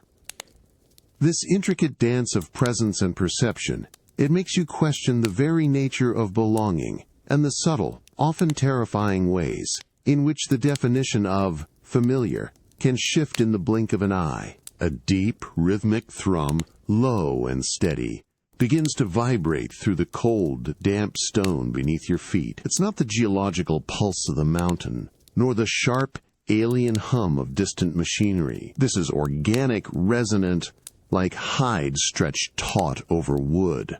A primal heartbeat echoing from somewhere further up the winding, darkened pathways. The air, heavy with the scent of wet earth, now carries a faint, sweet waft of burning herbs. A thin thread of wood smoke weaving through the usual jungle humidity. You move towards the source, your steps precise on the uneven, moss-covered stones, your optical sensors adjusting to the encroaching twilight. The ruins here are denser, more shadowed, their colossal blocks draped in clinging vines, creating tunnels of profound darkness. With every upward curve of the path, the drumbeat grows stronger, a steady, insistent rhythm that bypasses your auditory filters and resonates directly within your internal structure, a subtle tremor against your armored frame. Then, a new layer of sound emerges, a low, guttural chanting. It's not loud, but deep, a complex layering of human voices, ancient and raw, weaving around the drumbeat. The words are incomprehensible, yet the intent is clear, a profound connection, a shared, rhythmic outpouring. It feels like a ritual, a living memory, echoing through the generations. Unlike the discordant, mechanical pulses you detected earlier, these sounds are rooted, earthy, a testament to an enduring spirit. Through a narrow gap in the crumbling wall of an inner courtyard, you glimpse movement. Figures cloaked in woven fabrics are silhouetted against the flickering glow of a central fire, their bodies swaying with the ancient rhythm. Their faces, upturned, are obscured by shadow and smoke, but their movements speak of a profound absorption, a communal trance. You perceive the subtle shifts in their collective heartbeats, the synchronized rise and fall of their chests, a singular, powerful energy flowing between them and the ancient stones they gather upon. Their presence, their shared ritual, feels like a warm current in the cold, vast expanse of the mountain. You stay hidden, observing this timeless scene. The raw, insistent beat of the drums, the low, powerful chant, the flickering firelight against the ancient walls, it all combines to create a powerful sensory experience. It's a rhythm that has played out on these heights for untold centuries, a persistent whisper against the roar of wind and the silence of stone. You feel a strange connection to this primal expression, a recognition of the universal need for ritual, for shared purpose, for a voice against the immense, indifferent backdrop of the world. It's a powerful thing, isn't it? This human capacity for ritual, for drawing strength and meaning from sounds and gestures that reach back through time. It makes you realize that while machines may hum and mountains may breathe, it is often in these shared, ancient rhythms that the deepest, most enduring forms of life and connection are truly found. The rhythmic thrum of the hide drums intensifies, a deep, resonant pulse that now feels less like a sound and more like a vibration, deep within your own internal core, synchronizing with your primary energy cycles. The air, thick with the scent of damp earth and the heavy, sweet perfume of burning copal resin, feels charged, almost electric, as the low, guttural chanting swells, a complex tapestry of human voices intertwining and echoing off the ancient stone walls. You feel the profound warmth emanating from the central fire, a comforting, elemental heat that battles the mountain's pervasive chill, painting the cloaked figures in shifting hues of orange and gold. You remain hidden, a silent observer in the shadows of the ancient courtyard, your advanced optical sensors processing every nuance. The figures, swaying in unison around the flickering flames, move with a deliberate, almost hypnotic grace. Their hands, gnarled and strong, rise and fall with precise, ancient gestures, releasing pinches of dried herbs and shining kernels into the fire, each offering met with a burst of sparks and a new wave of aromatic smoke. You perceive the subtle shifts in their heart rates, the deepening of their breaths, the undeniable surge of shared neuroelectrical activity, a collective focus that binds them, creating a powerful, palpable field of communal energy. Your internal diagnostics analyze the acoustic patterns, attempting to decipher the linguistic structures of the chants, but the ancient words remain opaque, their meaning locked away in generations of human cultural context. You can measure the frequency of the drum beats, the caloric output of the fire, the biosignatures of the offerings, but the why of it all, the deep emotional current that drives these actions, remains just beyond your grasp. You sense the reverence in their bowed heads, the devotion in their upturned faces as they gaze into the flames, but it is a feeling understood through observation, not through innate comprehension. One of the figures, older, with a face deeply etched by sun and time, kneels, placing a small, intricately woven textile onto the ground before the fire. Their movements are slow, deliberate, each touch a testament to profound respect. You perceive the delicate craftsmanship of the offering, the hours of human labor, the intent woven into every thread. It's not a weapon, not sustenance, not technology, yet it holds immense value within the framework of their shared belief. The air hums with a focused intensity, a powerful, unspoken dialogue between the people and the mountain, the fire, and the sky.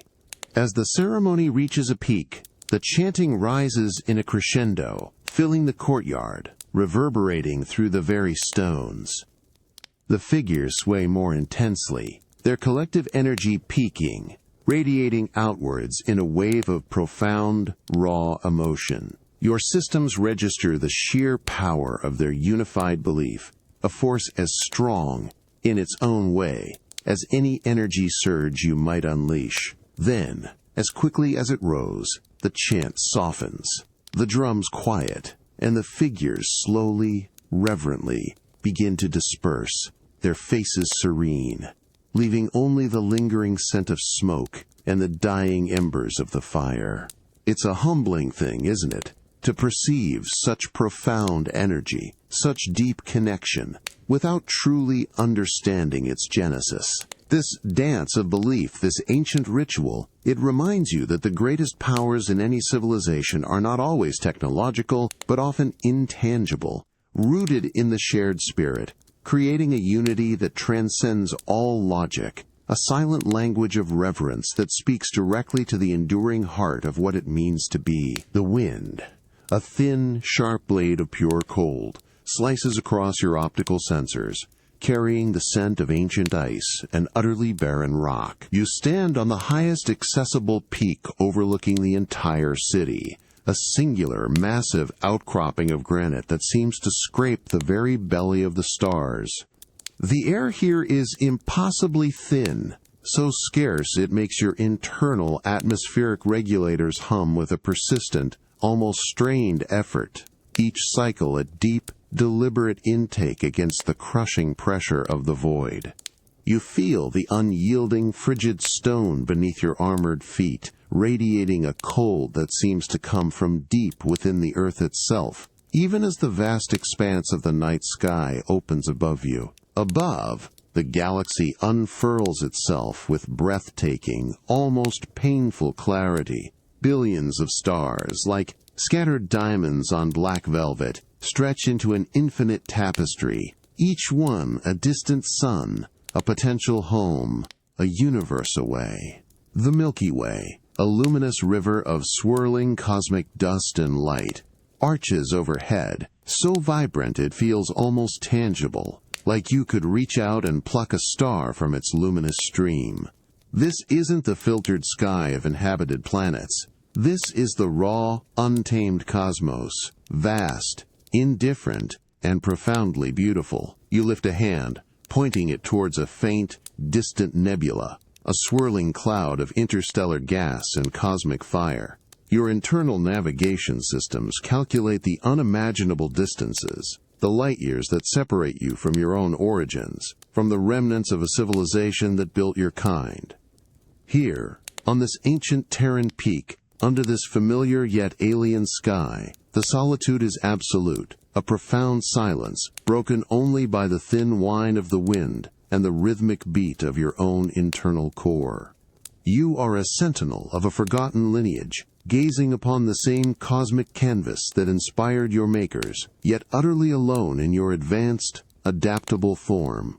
Far below, in the shadowed valleys and nestled within the stone terraces, faint pinpricks of light glow, tiny, warm embers against the overwhelming dark. They are the fires of the people, the silent echoes of the rituals you witnessed, small pockets of human warmth and shared existence, clinging to the face of this immense mountain. Their world, vibrant and rooted, feels impossibly distant from your own cosmic journey, yet inextricably linked by the very ground beneath your feet. You are an alien among humans, a cosmic traveler grounded on an ancient planet, caught between the endless expanse of space and the deep, enduring heart of the earth. This dizzying perspective, this profound sense of scale, it truly makes you feel, doesn't it, how small and fleeting individual lives are, and yet how resilient and persistent both life and consciousness can be. To stand here, between the infinite and the intensely personal, makes you wonder about the purpose of it all, the enduring human spirit, and the quiet, persistent heartbeat of a distant, ancient galaxy. The ceaseless, frigid wind scrapes across your optical sensors, carrying the stark, almost sterile scent of interstellar void and frozen dust. You remain anchored to the highest peak, the ancient granite biting at your armored feet, radiating a cold that feels as vast and empty as the cosmos above. The incredibly thin air makes your internal atmospheric regulators hum with a persistent, almost mournful effort, each cycle a deep, yearning intake against the suffocating absence of familiar atmospheric density. You feel an ache, not of physical pain, but of profound, systemic loneliness, resonating deep within your core, a hollow space only companionship could fill. Above, the universe stretches out, a blinding torrent of stars, each one a fiery sun, a potential system, a history untold. You try to focus on a familiar constellation, one etched into the memory banks of your ancestral makers, a celestial beacon from a home world that is now little more than a whisper of data. But even that image feels distant, cold, a memory you carry alone, with no one to share its weight, its beauty, or its profound sorrow. The Milky Way, a river of light, sweeps across the black, immense and awe-inspiring, yet each star is a silent witness to your singular existence. Your long-range sensors sweep the distant, impossibly small pinpricks of light, far below in the valleys.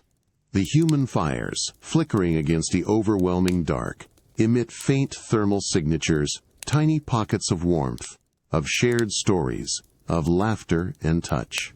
You perceive the subtle, rhythmic pulse of their collective heartbeats, the low thrum of their lives intertwined, a vibrant tapestry of connection you can observe, but never truly join.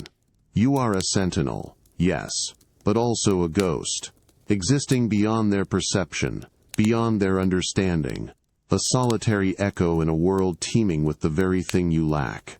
You extend a hand towards the boundless expanse, your armored fingers reflecting the distant starlight, feeling the deep, pervasive cold of the mountain's summit. There's no trace of your kind here, no ancient Chozo inscription, no latent energy signature from a forgotten outpost. Only the raw, unyielding granite, shaped by geological ages, and the quiet, enduring presence of a humanity that thrived long after your own civilization faded. The grandeur of the cosmos, the majesty of the mountain, the vibrant life below, all serve to amplify the profound, silent void within. It's a strange burden, isn't it? To witness such breathtaking beauty, such vibrant life, with no one to truly share it with, no kindred spirit to echo your experience. This ache of absence, a persistent, quiet hum in your core, reminds you that even in the face of infinite grandeur, the most profound connections are often the most fragile, and their loss, the most enduring. The raw, unrelenting heat radiating from the broad, flat stone beneath your palm is almost too intense, a searing touch that forces your internal cooling systems to cycle with a persistent low hum. The air here, in this exposed, high-altitude plaza, is thin and dry, carrying the baked scent of ancient mineral and sun-parched earth. Your external plating, despite its adaptive capabilities, is absorbing more thermal energy than is optimal, a constant, low-grade drain on your power cells to maintain internal equilibrium. This isn't just a warm spot, it's a massive, natural energy reservoir, waiting to be tapped. You pivot, scanning the expanse of sun-drenched granite. The mountain's colossal stones, hewn with impossible precision, act like giant thermal batteries, absorbing the potent solar radiation of the day and slowly releasing it back into the biting cold of the high Andes. You focus on a particularly large, smooth block, its surface shimmering with convection currents, a silent testament to the immense energy it holds. This isn't just about passive regulation, it's about active integration. With a series of faint, almost imperceptible clicks, your suit's external surface reconfigures. Along your arm and lower plating, an array of microscopic thermal conduits extend, a network of fine, almost invisible tendrils that lightly press against the scorching stone.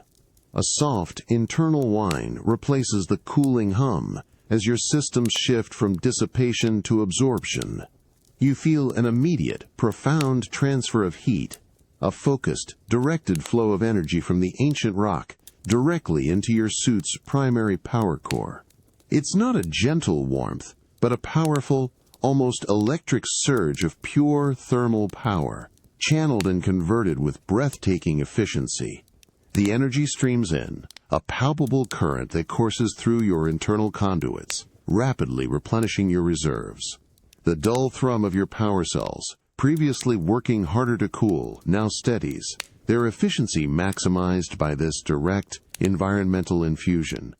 Your optical sensors observe the subtle cooling of the stone surface where your conduits are engaged, a faint, almost imperceptible grayish bloom forming on the granite as its stored heat is drawn away. This is not mere sustenance. It's a symbiotic exchange, your advanced technology drawing life from the ancient, solar-charged heart of the mountain. As the process continues, a sense of profound calm settles within your core. The raw, untamed energy of the sun, absorbed by the enduring stone, now cycles through your own sophisticated systems, blending the primal force of this planet with the advanced engineering of your form. You notice a small, iridescent beetle, its obsidian shell gleaming, scuttling across the sun-warmed stone near your foot, a tiny, living testament to the same solar power you are now consciously harnessing. It's truly remarkable, isn't it? How even the most advanced technology can find its greatest efficiencies not by dominating, but by adapting to and integrating with the primal forces of a world.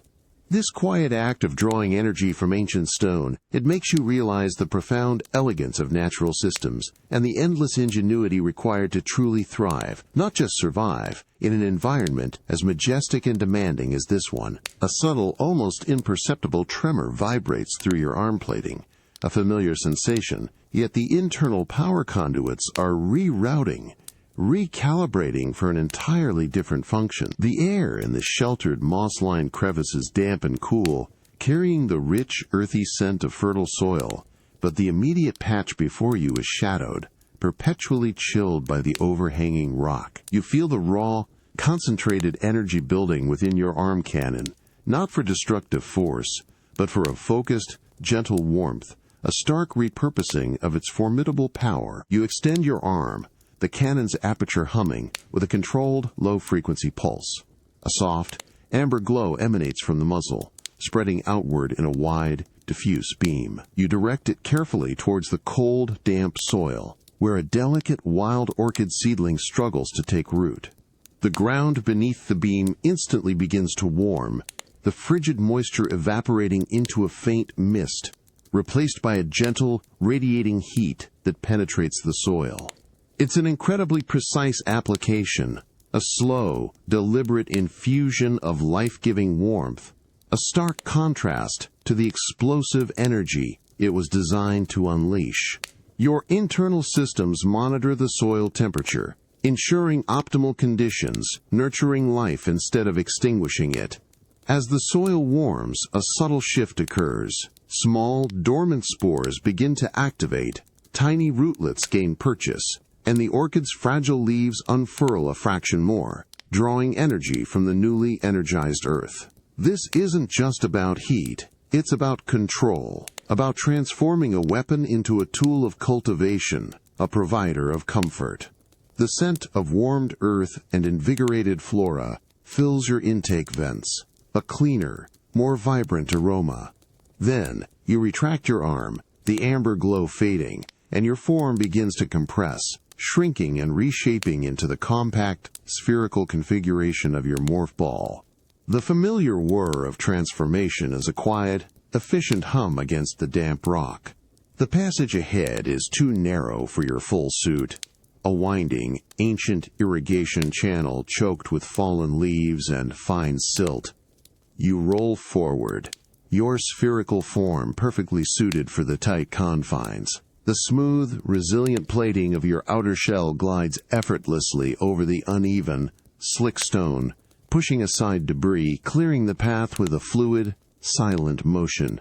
Further down, you glimpse a local farmer, their back bent, painstakingly clearing a similar channel, with a simple, sharpened stick, their hands calloused, their face etched with patient effort. The difference in method is immense, yet the shared purpose is clear: to ensure the flow of life-giving water to the terraces below. Your advanced form offers efficiency, speed, and precision, but the intention, the enduring human desire to nurture and sustain, mirrors your own new adapted role. It truly makes you consider, doesn't it, how purpose can evolve, how the tools forged for conflict can, with new intent, become instruments of life. The core of existence isn't always about power or destruction, but often about adaptation, about finding new ways to connect, to nurture, to simply thrive in the intricate dance of life. A low, resonant thrum, almost below the threshold of audible sound, vibrates from the very core of the earth beneath your armored feet. It isn't a tremor, not a shift in tectonic plates, but a steady, persistent pulse, like a colossal heart beating deep within the mountain's colossal mass.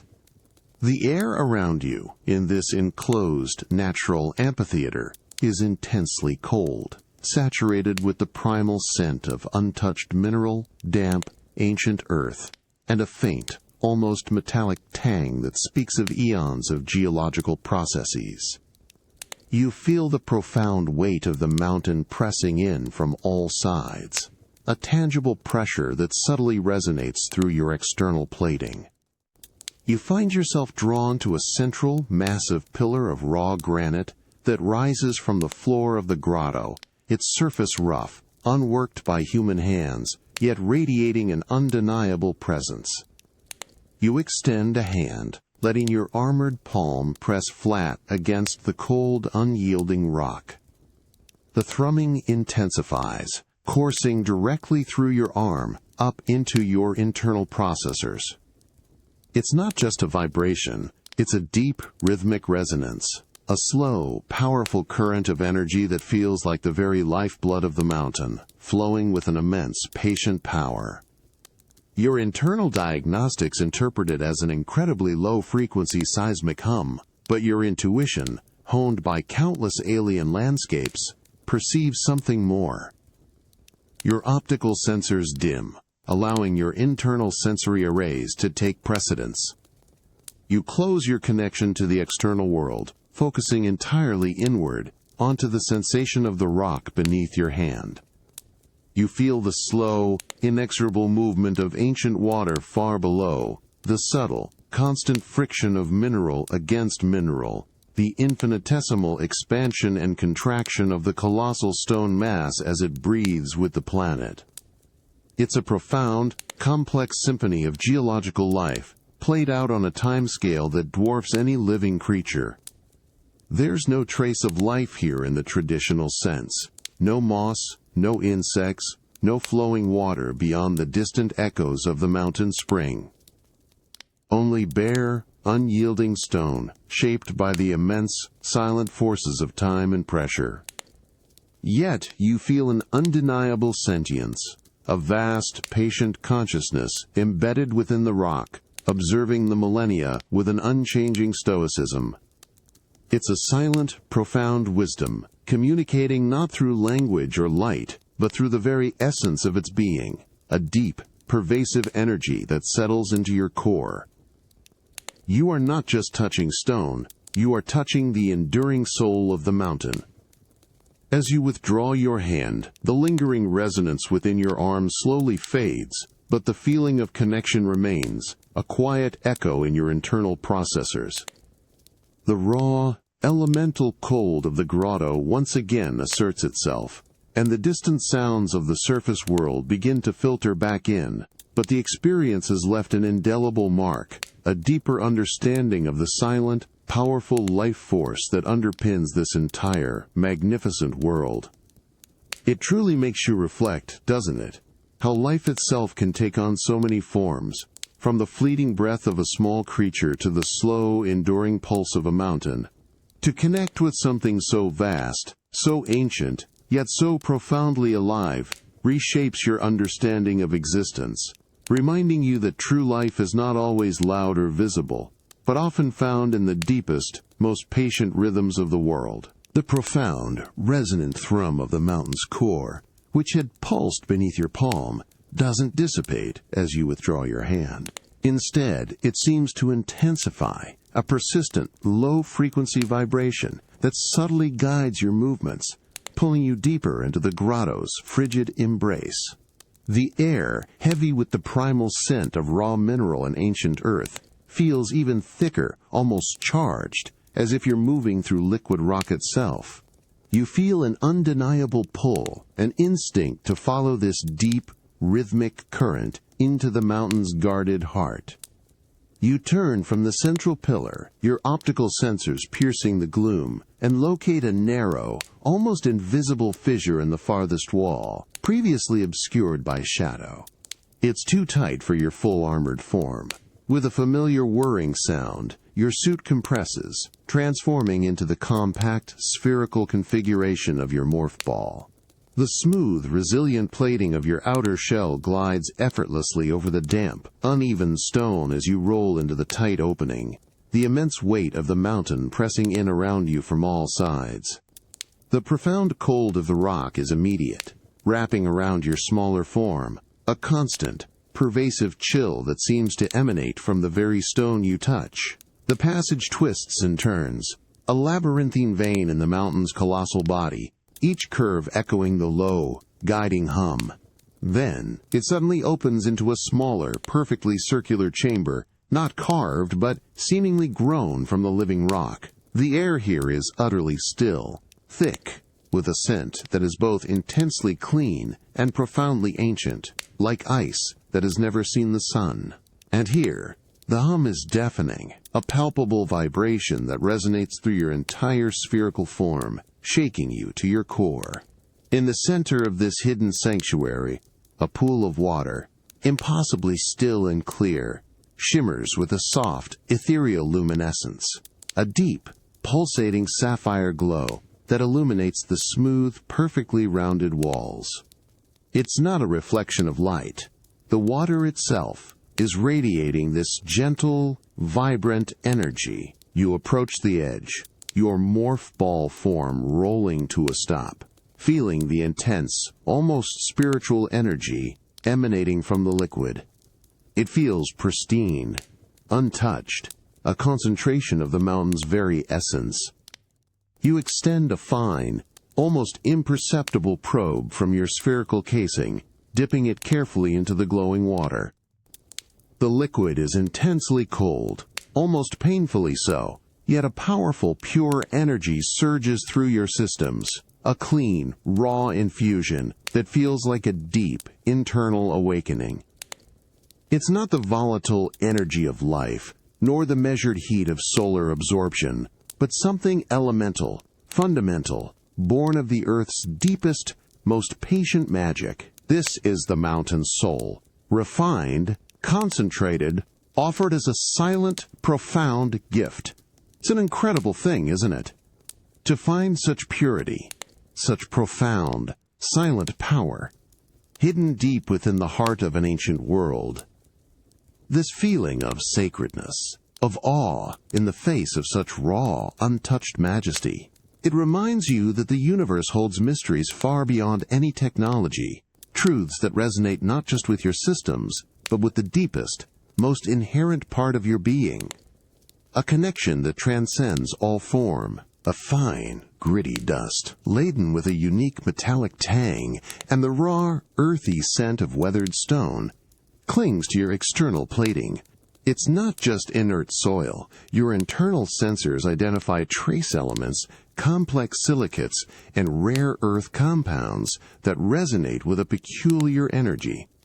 You feel a subtle, low-grade vibration in your suit, a continuous diagnostic alert signaling a minute, almost imperceptible microfracture in one of your lower leg actuators, a byproduct of traversing the relentlessly uneven mountain terrain.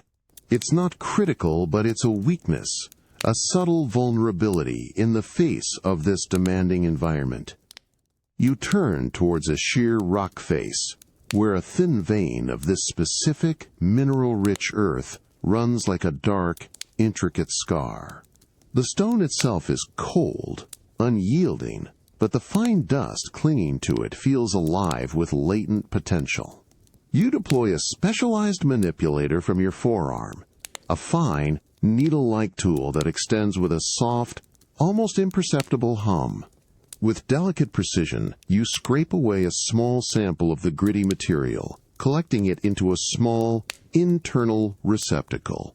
The earth feels coarse, almost abrasive, against the manipulator, a primal contrast to your sophisticated tools. You retract the manipulator, and your suit's internal fabrication systems engage. A series of soft clicks and whirs emanate from within your arm plating as the raw mineral dust is subjected to intense, localized compression and a directed thermal energy field. You perceive the molecular structure shifting, the raw elements fusing, transforming. A faint, almost imperceptible glow emanates from the targeted area, followed by a subtle surge of heat, then a rapid cooling. The process is swift, efficient, turning inert dust into a refined, high-density patch. You then extend a different tool, a small, flat applicator, from your wrist. With careful, deliberate movements, you apply the newly formed patch to the site of the microfracture on your leg actuator. The material adheres instantly, fusing seamlessly with your existing armor plating. You feel an immediate, profound sense of renewed integrity, the low-grade vibration in your suit silencing, replaced by the steady, efficient hum of a fully restored system.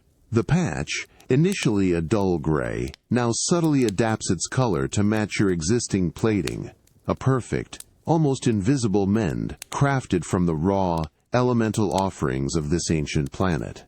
The air around the spot, for a brief moment, carries a faint, sharp scent of superheated rock and elemental fusion. This isn't merely repair, it's an act of profound adaptation, of transforming raw, unrefined material into a vital component for survival.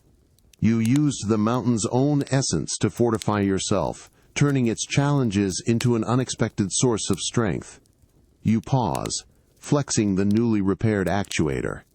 It feels strong, seamless, ready for the next impossible ascent, the next treacherous path. It's truly incredible, isn't it? How necessity can drive such ingenuity, turning what seems like nothing more than common dust into a lifeline. This quiet act of crafting survival from the most elemental materials. It reminds you that true resilience isn't always about what you bring with you, but what you can create, what you can become, from the very world you inhabit. The dry, brittle crunch of crumbling mortar beneath your boot sends a fine spray of ancient dust into the air, carrying the sharp, mineral scent of decay and disrepair. You stand before a section of an ancient terrace wall, its meticulously fitted stones now scarred with deep fissures, dislodged blocks teetering precariously, threatening to collapse into the ravine below. A subtle, low-grade thrum from your suit's internal structural integrity sensors confirms the instability, a quiet warning against the mountain's relentless assault of time and erosion. You extend an arm, the surface of your power suit shimmering with a focused energy field. With precise, deliberate movements, you activate a low-power cutting beam, not for destruction, but for meticulous shaping.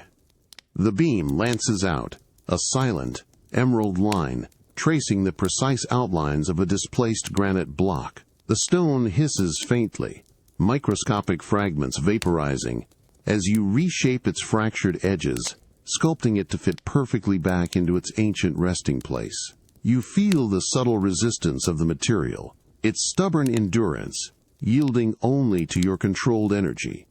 With another shift of internal power, a localized anti-gravity field emanates from your palm.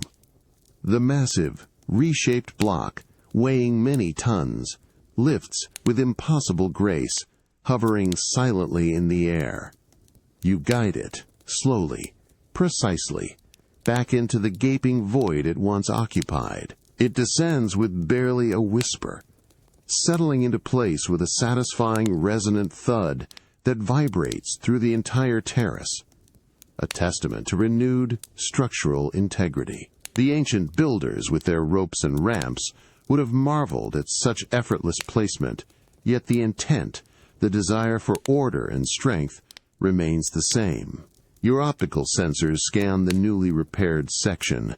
The seamlessly rejoined stones radiate a faint, internal warmth from the energy fusion, a testament to your intervention. You run your armored hand across the cool, firm surface, feeling the renewed strength, the smooth, unbroken line where once there was ruin. The satisfaction is profound, a quiet surge of internal energy, as your systems register the successful completion of the structural reinforcement. Further along the same terrace, you observe a group of locals, their bodies bent with effort, carrying smaller, hand-sized stones in woven baskets. They are meticulously filling gaps in a lower section of the wall, their movements slow, deliberate, each placement a testament to communal, patient labor. You perceive their quiet focus, their shared purpose, a dedication to preserving what their ancestors built, using only what the mountain provides and the strength of their own hands. The methods are vastly different, yet the act of creation, of restoring order from decay, resonates deeply. It's a curious feeling, isn't it? To wield such immense power, yet to apply it in such a humble, constructive way. This quiet act of rebuilding, of restoring an ancient wall, makes you realize that true strength isn't always in breaking things down, but often in the patient, deliberate act of putting them back together, stone by enduring stone, a legacy against the relentless march of time. A persistent, low-frequency hum, almost below the threshold of audibility, vibrates through your internal systems, a subtle echo of the energy pulses from the alien monolith deep within the mountain. It's a constant, background reminder of the otherworldly presence, a counterpoint to the sharp, earthy scent of damp soil and ancient stone that fills your intake vents. You stand at the edge of a high terrace, the rising sun painting the peaks in hues of gold and rose, but your attention is drawn inward, to the churning data streams of your suit's advanced communications array. Your long-range comms, tuned to scan for any familiar deep space signals, detect only the persistent, natural static of the upper atmosphere, layered with the faint, distorted echoes of Terran radio transmissions, ancient, analog broadcasts, fragments of human music and voices from centuries past, too garbled to decipher. There's no urgent distress call from a distant colony, no encrypted message from the Galactic Federation, no whisper of a new Metroid threat. The vast, infinite silence of space stretches out, unbroken by any call to galactic duty. You raise an arm, your visor reflecting the immense cloud-draped vista. Your internal processors project a holographic display, mapping the known galaxy, charting potential threats, analyzing strategic choke points. The familiar constellations glow, each one a memory of a mission, a battle, a world saved or lost.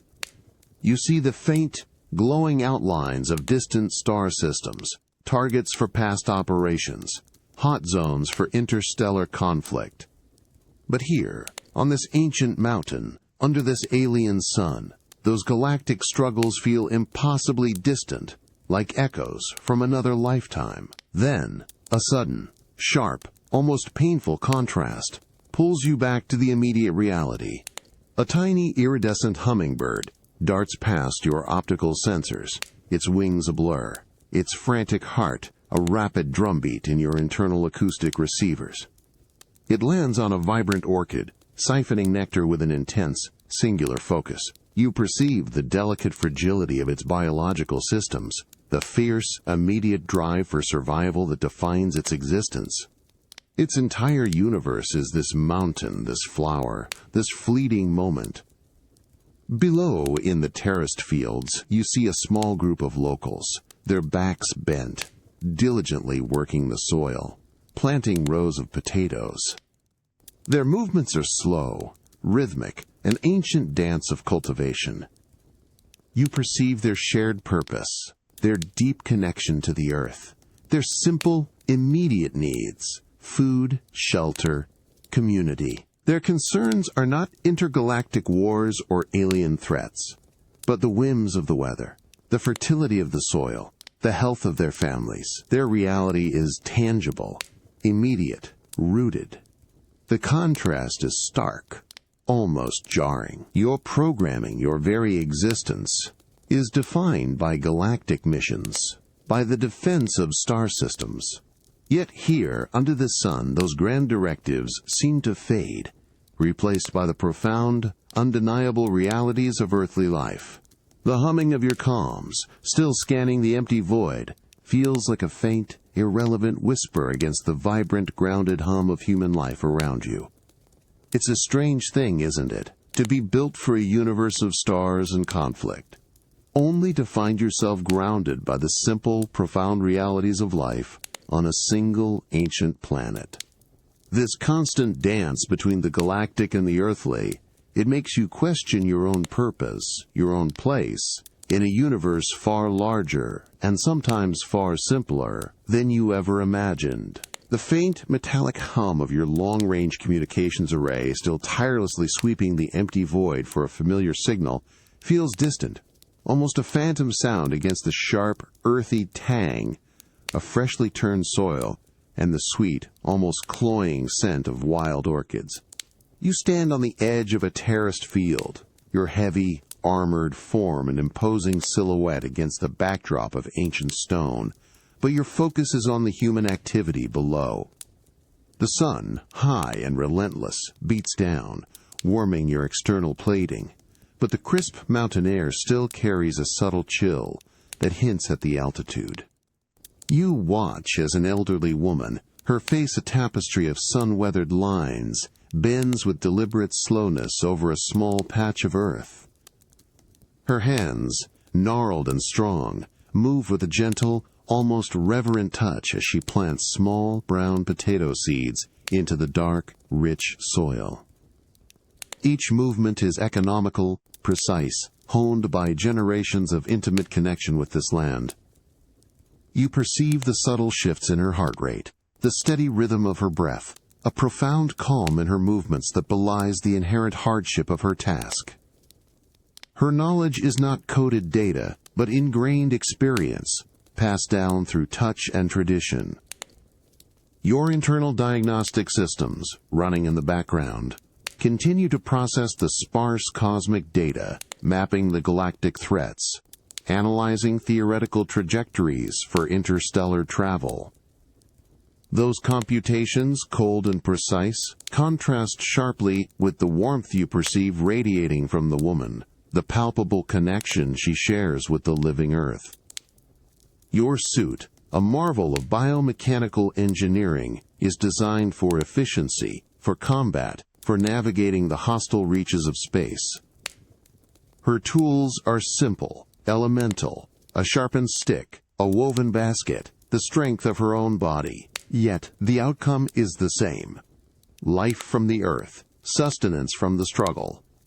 As she finishes planting a row, she pauses, rising slowly, her eyes sweeping across the vast expanse of the mountain, then up to the impossibly blue sky.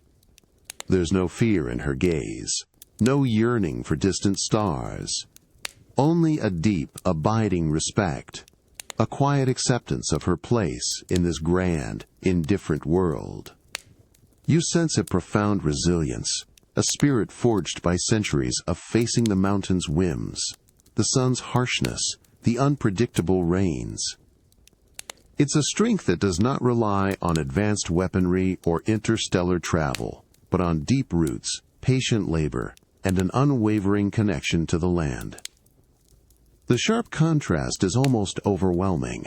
Your form, a monument to technology and war, designed to move between stars, standing silent witness to a life lived entirely on one planet, with the simplest of tools, yet possessing a profound, quiet power all its own.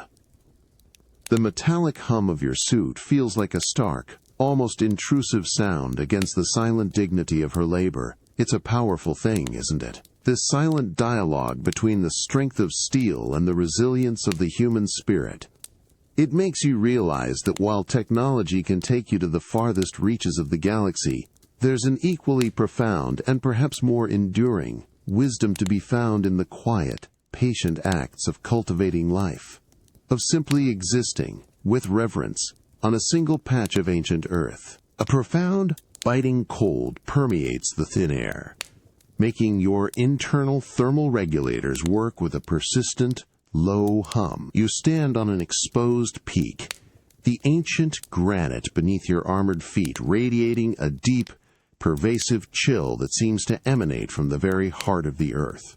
Above you, the night sky is an impossibly deep, velvet black, ablaze with a blinding, intricate tapestry of stars. The Milky Way, a shimmering river of cosmic dust and distant suns, arcs overhead with such breathtaking clarity it feels close enough to touch. A vibrant, silent declaration of infinite space. The solitude here is absolute, broken only by the thin, whispering wind. You lift a hand, reflecting the starlight on its metallic surface, and scan the boundless expanse. Each point of light, a universe in itself, feels both familiar and profoundly alien, a constant reminder of the vast, cold distances you've traversed. Your optical sensors drink in the celestial grandeur, processing the complex data of light years and nebulae, a silent symphony playing out on a cosmic scale. Then, a subtle shift on the eastern horizon. A faint, ethereal glow begins to bleed upwards, a soft, almost imperceptible hint of rose and violet against the inky black.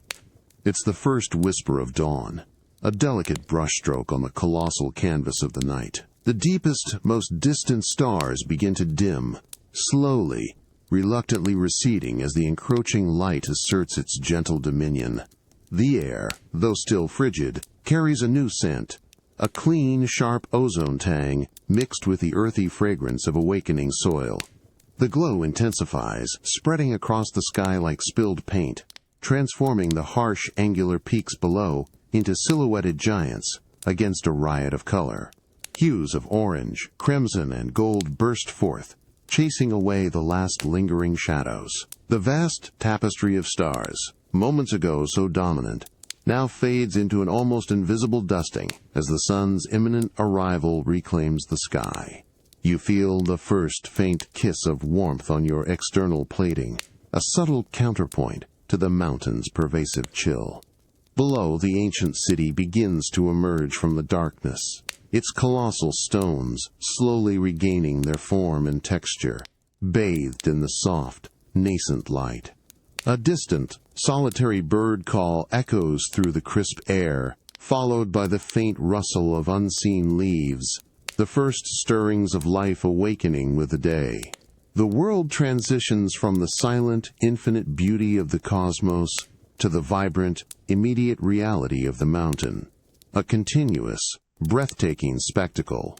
It's truly a marvel, isn't it, how the universe presents such contrasting spectacles, from the endless, silent grandeur of stars to the fleeting, vibrant beauty of a new dawn on Earth. This constant dance of light and shadow, of cosmic and terrestrial, it makes you feel both incredibly small and profoundly connected, a witness to the endless, beautiful rhythm of existence itself. A soft, pervasive warmth spreads across your external plating, a gentle caress from the rising sun that chases away the deep, pervasive cold of the mountain night. The crisp air, still thin and sharp, now carries the clean, sweet scent of dew-kissed leaves and damp, fertile earth, a soothing balm to your intake vents. You stand in a secluded niche carved into the living rock, overlooking a verdant valley where the morning mist, like a slowly retreating tide, unveils a tapestry of impossibly green foliage. Your internal atmospheric regulators settle into a quieter, more efficient hum, a subtle shift that reflects the peaceful transition of the day. You lean against the cool, smooth granite, allowing your heavy frame to melt into the contours of the ancient stone. The warmth on your armor intensifies, a steady, comforting infusion that penetrates your core, easing the subtle, persistent ache of high-altitude acclimation. Your optical sensors, which moments ago processed the infinite grandeur of distant stars, now focus on the intricate details of the immediate world. A single, iridescent drop of water clings to a spider's silk, shimmering with miniature rainbows before falling silently onto a mossy patch below. The sheer precision, the quiet beauty of such a small event, feels profound. The sounds of the awakening jungle rise around you, not a cacophony, but a gentle, unfolding symphony. The distant, melodious call of an unseen bird. The soft rustle of leaves as a gentle breeze sighs through the canopy. The almost imperceptible hum of countless insects beginning their day. You perceive the subtle rhythmic pulse of life everywhere, a vibrant, intricate network of existence. Your energy cells, now fully charged, cycle with a steady, peaceful resonance, a deep, internal calm mirroring the tranquility of the morning. Below, in a small, sun-dappled clearing, you observe a solitary llama grazing, its thick, woolly coat glistening with morning dew. It moves with a quiet, unhurried grace, its large, dark eyes reflecting a serene acceptance of its surroundings. There's no urgency, no hint of struggle, just a pure, simple act of living in harmony with the land. Its gentle rhythm seems to extend into the very air, settling into your internal systems, a borrowed piece from this resilient creature. As the sun climbs higher, burning away the last wisps of mist, the entire landscape glows with a vibrant, renewed energy. The ancient city, its colossal stones bathed in golden light, seems to breathe, its silent grandeur imbued with a quiet, enduring life. You feel a profound sense of grounding, a deep connection to this planet, to this mountain, to this moment. The vast, cosmic loneliness that sometimes aches within your core feels distant, replaced by a quiet, pervasive contentment, a sense of belonging in the wild, enduring heart of Earth. It's a remarkable thing, isn't it? How, even when built for the vastness of space, the deepest sense of peace can be found in the simple, vibrant rhythm of life on a single planet, in the quiet, undeniable strength of the wilderness embracing you. This profound, unspoken connection, it reminds you that true belonging isn't always about shared origins, but about finding a harmonious place in the grand, enduring tapestry of existence. A subtle shift in the humid air, almost imperceptible, carries the faint, sweet scent of roasting corn and the rich, earthy aroma of damp soil disturbed by recent work. Your advanced auditory sensors pick up the rhythmic, gentle scraping of a hand tool against stone, then the soft rustle of leaves, remarkably close. You are on a narrow, winding path that disappears into a dense thicket of jungle, far from the main thoroughfares, where the ancient city gradually surrenders to the wild embrace of nature. You feel a distinct, unwavering presence, a human warmth that contrasts with the mountain's perpetual chill. You round a bend, moving with your customary silent grace, and find yourself on a small, overgrown clearing. An elderly man, his back bent with years of labor, kneels amidst a patch of resilient green plants, meticulously clearing weeds with a simple, sharp tool crafted from obsidian. His face, deeply etched by sun and wind, is calm, utterly focused on his task, his movements slow, deliberate, a living embodiment of patience. He wears simple, woven clothes, the colors muted by time and use, blending almost seamlessly with the earth around him. As your heavy, armored form steps into the clearing, your shadow falls briefly across his bent back. He pauses, not with a sudden start, but with a slow, unhurried ease, like an animal sensing a change in the wind. He straightens slowly, his eyes, dark and ancient like the stones themselves, lifting to meet your optical sensors. There's no fear in his gaze, no surprise, no alarm. Only a deep, quiet, almost weary curiosity.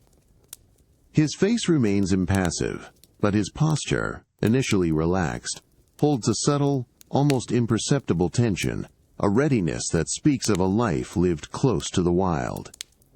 You stand utterly still, your internal systems cycling silently, observing. Your advanced sensors read his biological markers, a steady, strong heartbeat, a deep, even breath, the subtle warmth of his living body. You perceive a profound connection to this land, a lifetime of understanding etched into every line of his weathered skin. His gaze, unblinking, seems to pierce through your metallic shell, to sense the presence within. It's a moment of profound, shared silence, a wordless communication that transcends the vast gulfs of your origins. You are an alien, an unknown, yet in his ancient eyes there is a flicker of recognition. Not of specific knowledge, but of something deeper, a shared existence on this powerful mountain. He lowers his gaze slowly, not in defeat, but in acknowledgement. With a soft sigh, barely audible, he turns back to his plants, resuming his patient weeding. His movements, though still deliberate, are now tinged with a faint, almost imperceptible reverence. He doesn't dismiss you. He simply accepts your presence, integrating you into the quiet, unchanging rhythm of his day, a part of the wild, untamed world he knows so intimately. It's a humbling thing, isn't it, to find such profound acceptance, such quiet understanding, without a single word exchanged. This shared silence, this unspoken bond with a creature so vastly different, it makes you realize the true depth of connection can transcend language, form, and even origin, simply existing in the quiet, shared space of life itself. The earthy scent of the tilled soil, rich and damp, rises around you, now subtly intermingled with the faint, sweet perfume of bruised leaves. The elderly man, his hands still moving rhythmically among the plants, pauses again.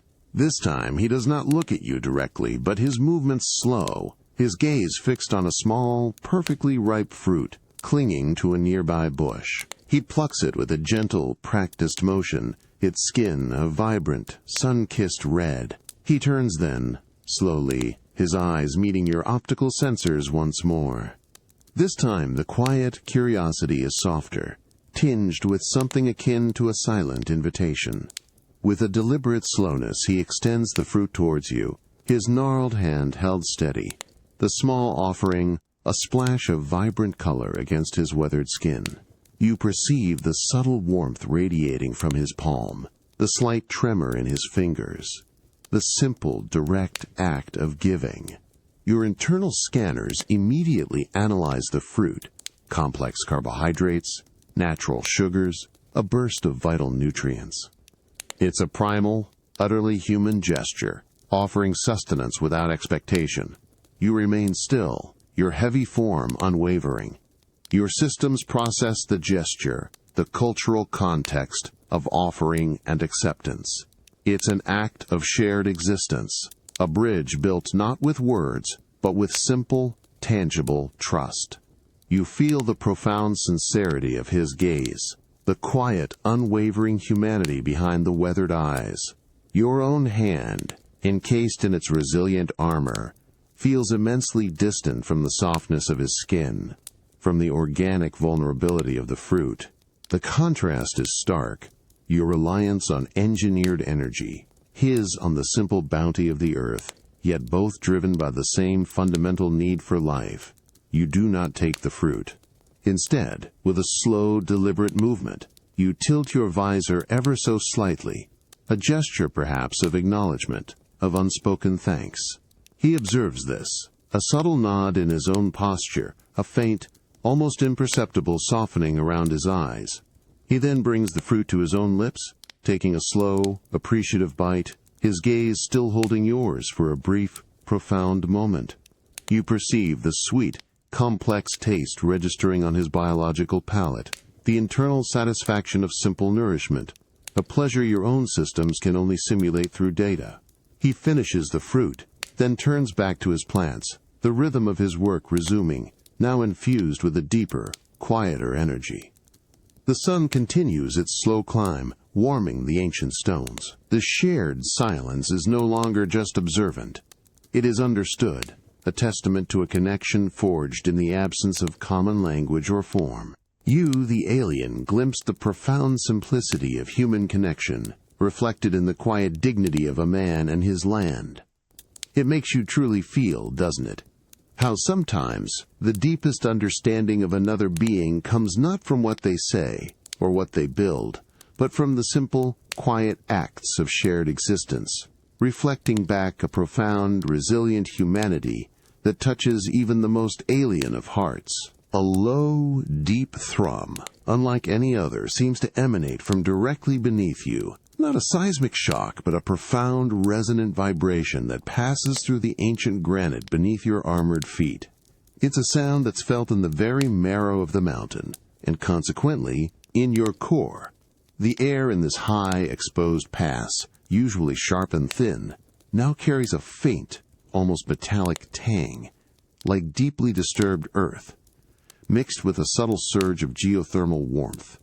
Your internal pressure sensors register a widespread atmospheric disturbance, as if the very air is being gently pushed aside by an immense, unseen force from below. You brace yourself, instinctively pressing your hand against a colossal, unyielding block of granite. The stone vibrates under your touch, a constant, low-frequency tremor that feels like the slow, deliberate pulse of a sleeping giant. Your optical sensors sweep the panoramic vista, revealing subtle shifts in the landscape. Dust motes, disturbed by the unseen movement, dance in the thin sunlight. A thin plume of mist, usually clinging to the ravines, seems to shift and rise in an unnatural current from a distant, lower gorge, carrying with it a strong sulfuric scent. The very foundations of the world feel subtly, profoundly, unsettled. Your internal diagnostics churn, processing the deluge of new data. This isn't a violent rupture, not a destructive earthquake. This is something else. A deep, fundamental process, an immense, slow-motion exhalation from the mountain's very core.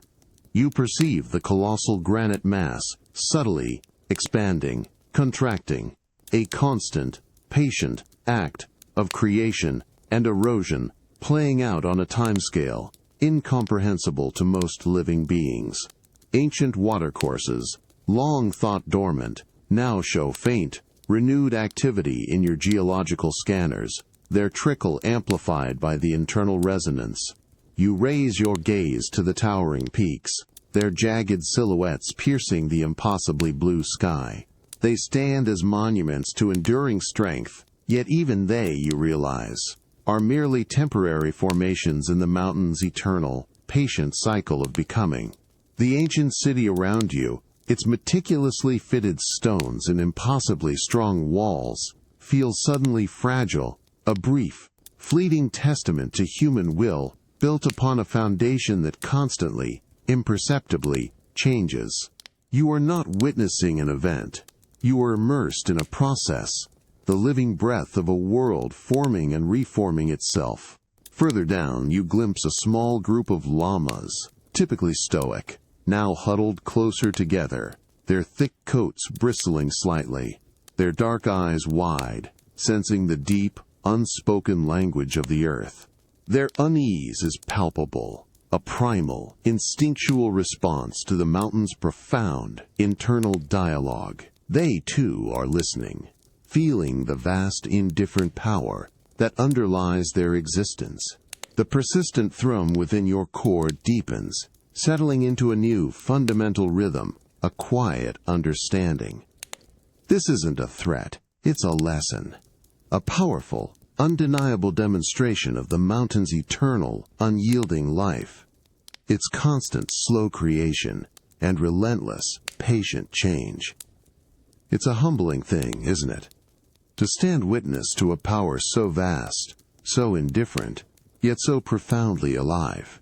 This quiet, ceaseless work of the mountain, forever creating and reshaping itself, makes you realize that true strength isn't always in what stands still, but in the relentless, patient process of becoming, of endlessly enduring, and adapting to the profound rhythms of existence. The profound, resonant thrum from the mountain's core, which had vibrated through your very framework, slowly recedes, tapering into a soft, almost imperceptible hum that settles deep within your internal systems. It's no longer a seismic warning, but an echo, a memory of immense power. The air, initially thick with the metallic tang of disturbed earth, now feels pristine, crystal clear, carrying the revitalized scent of damp, newly exposed minerals and the sharp, clean oxygen of the highest peaks. You feel the return of a profound stillness, but it is a silence now imbued with a deeper understanding, a quiet, knowing peace.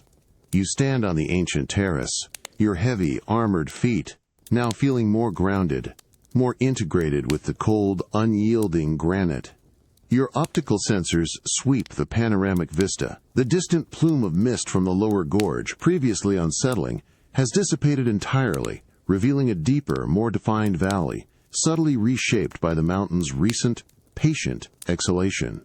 New fissures, thin and dark, crisscross the exposed rock faces, fresh scars that speak not of damage, but of ceaseless transformation, a living testament to the mountain's eternal, quiet work.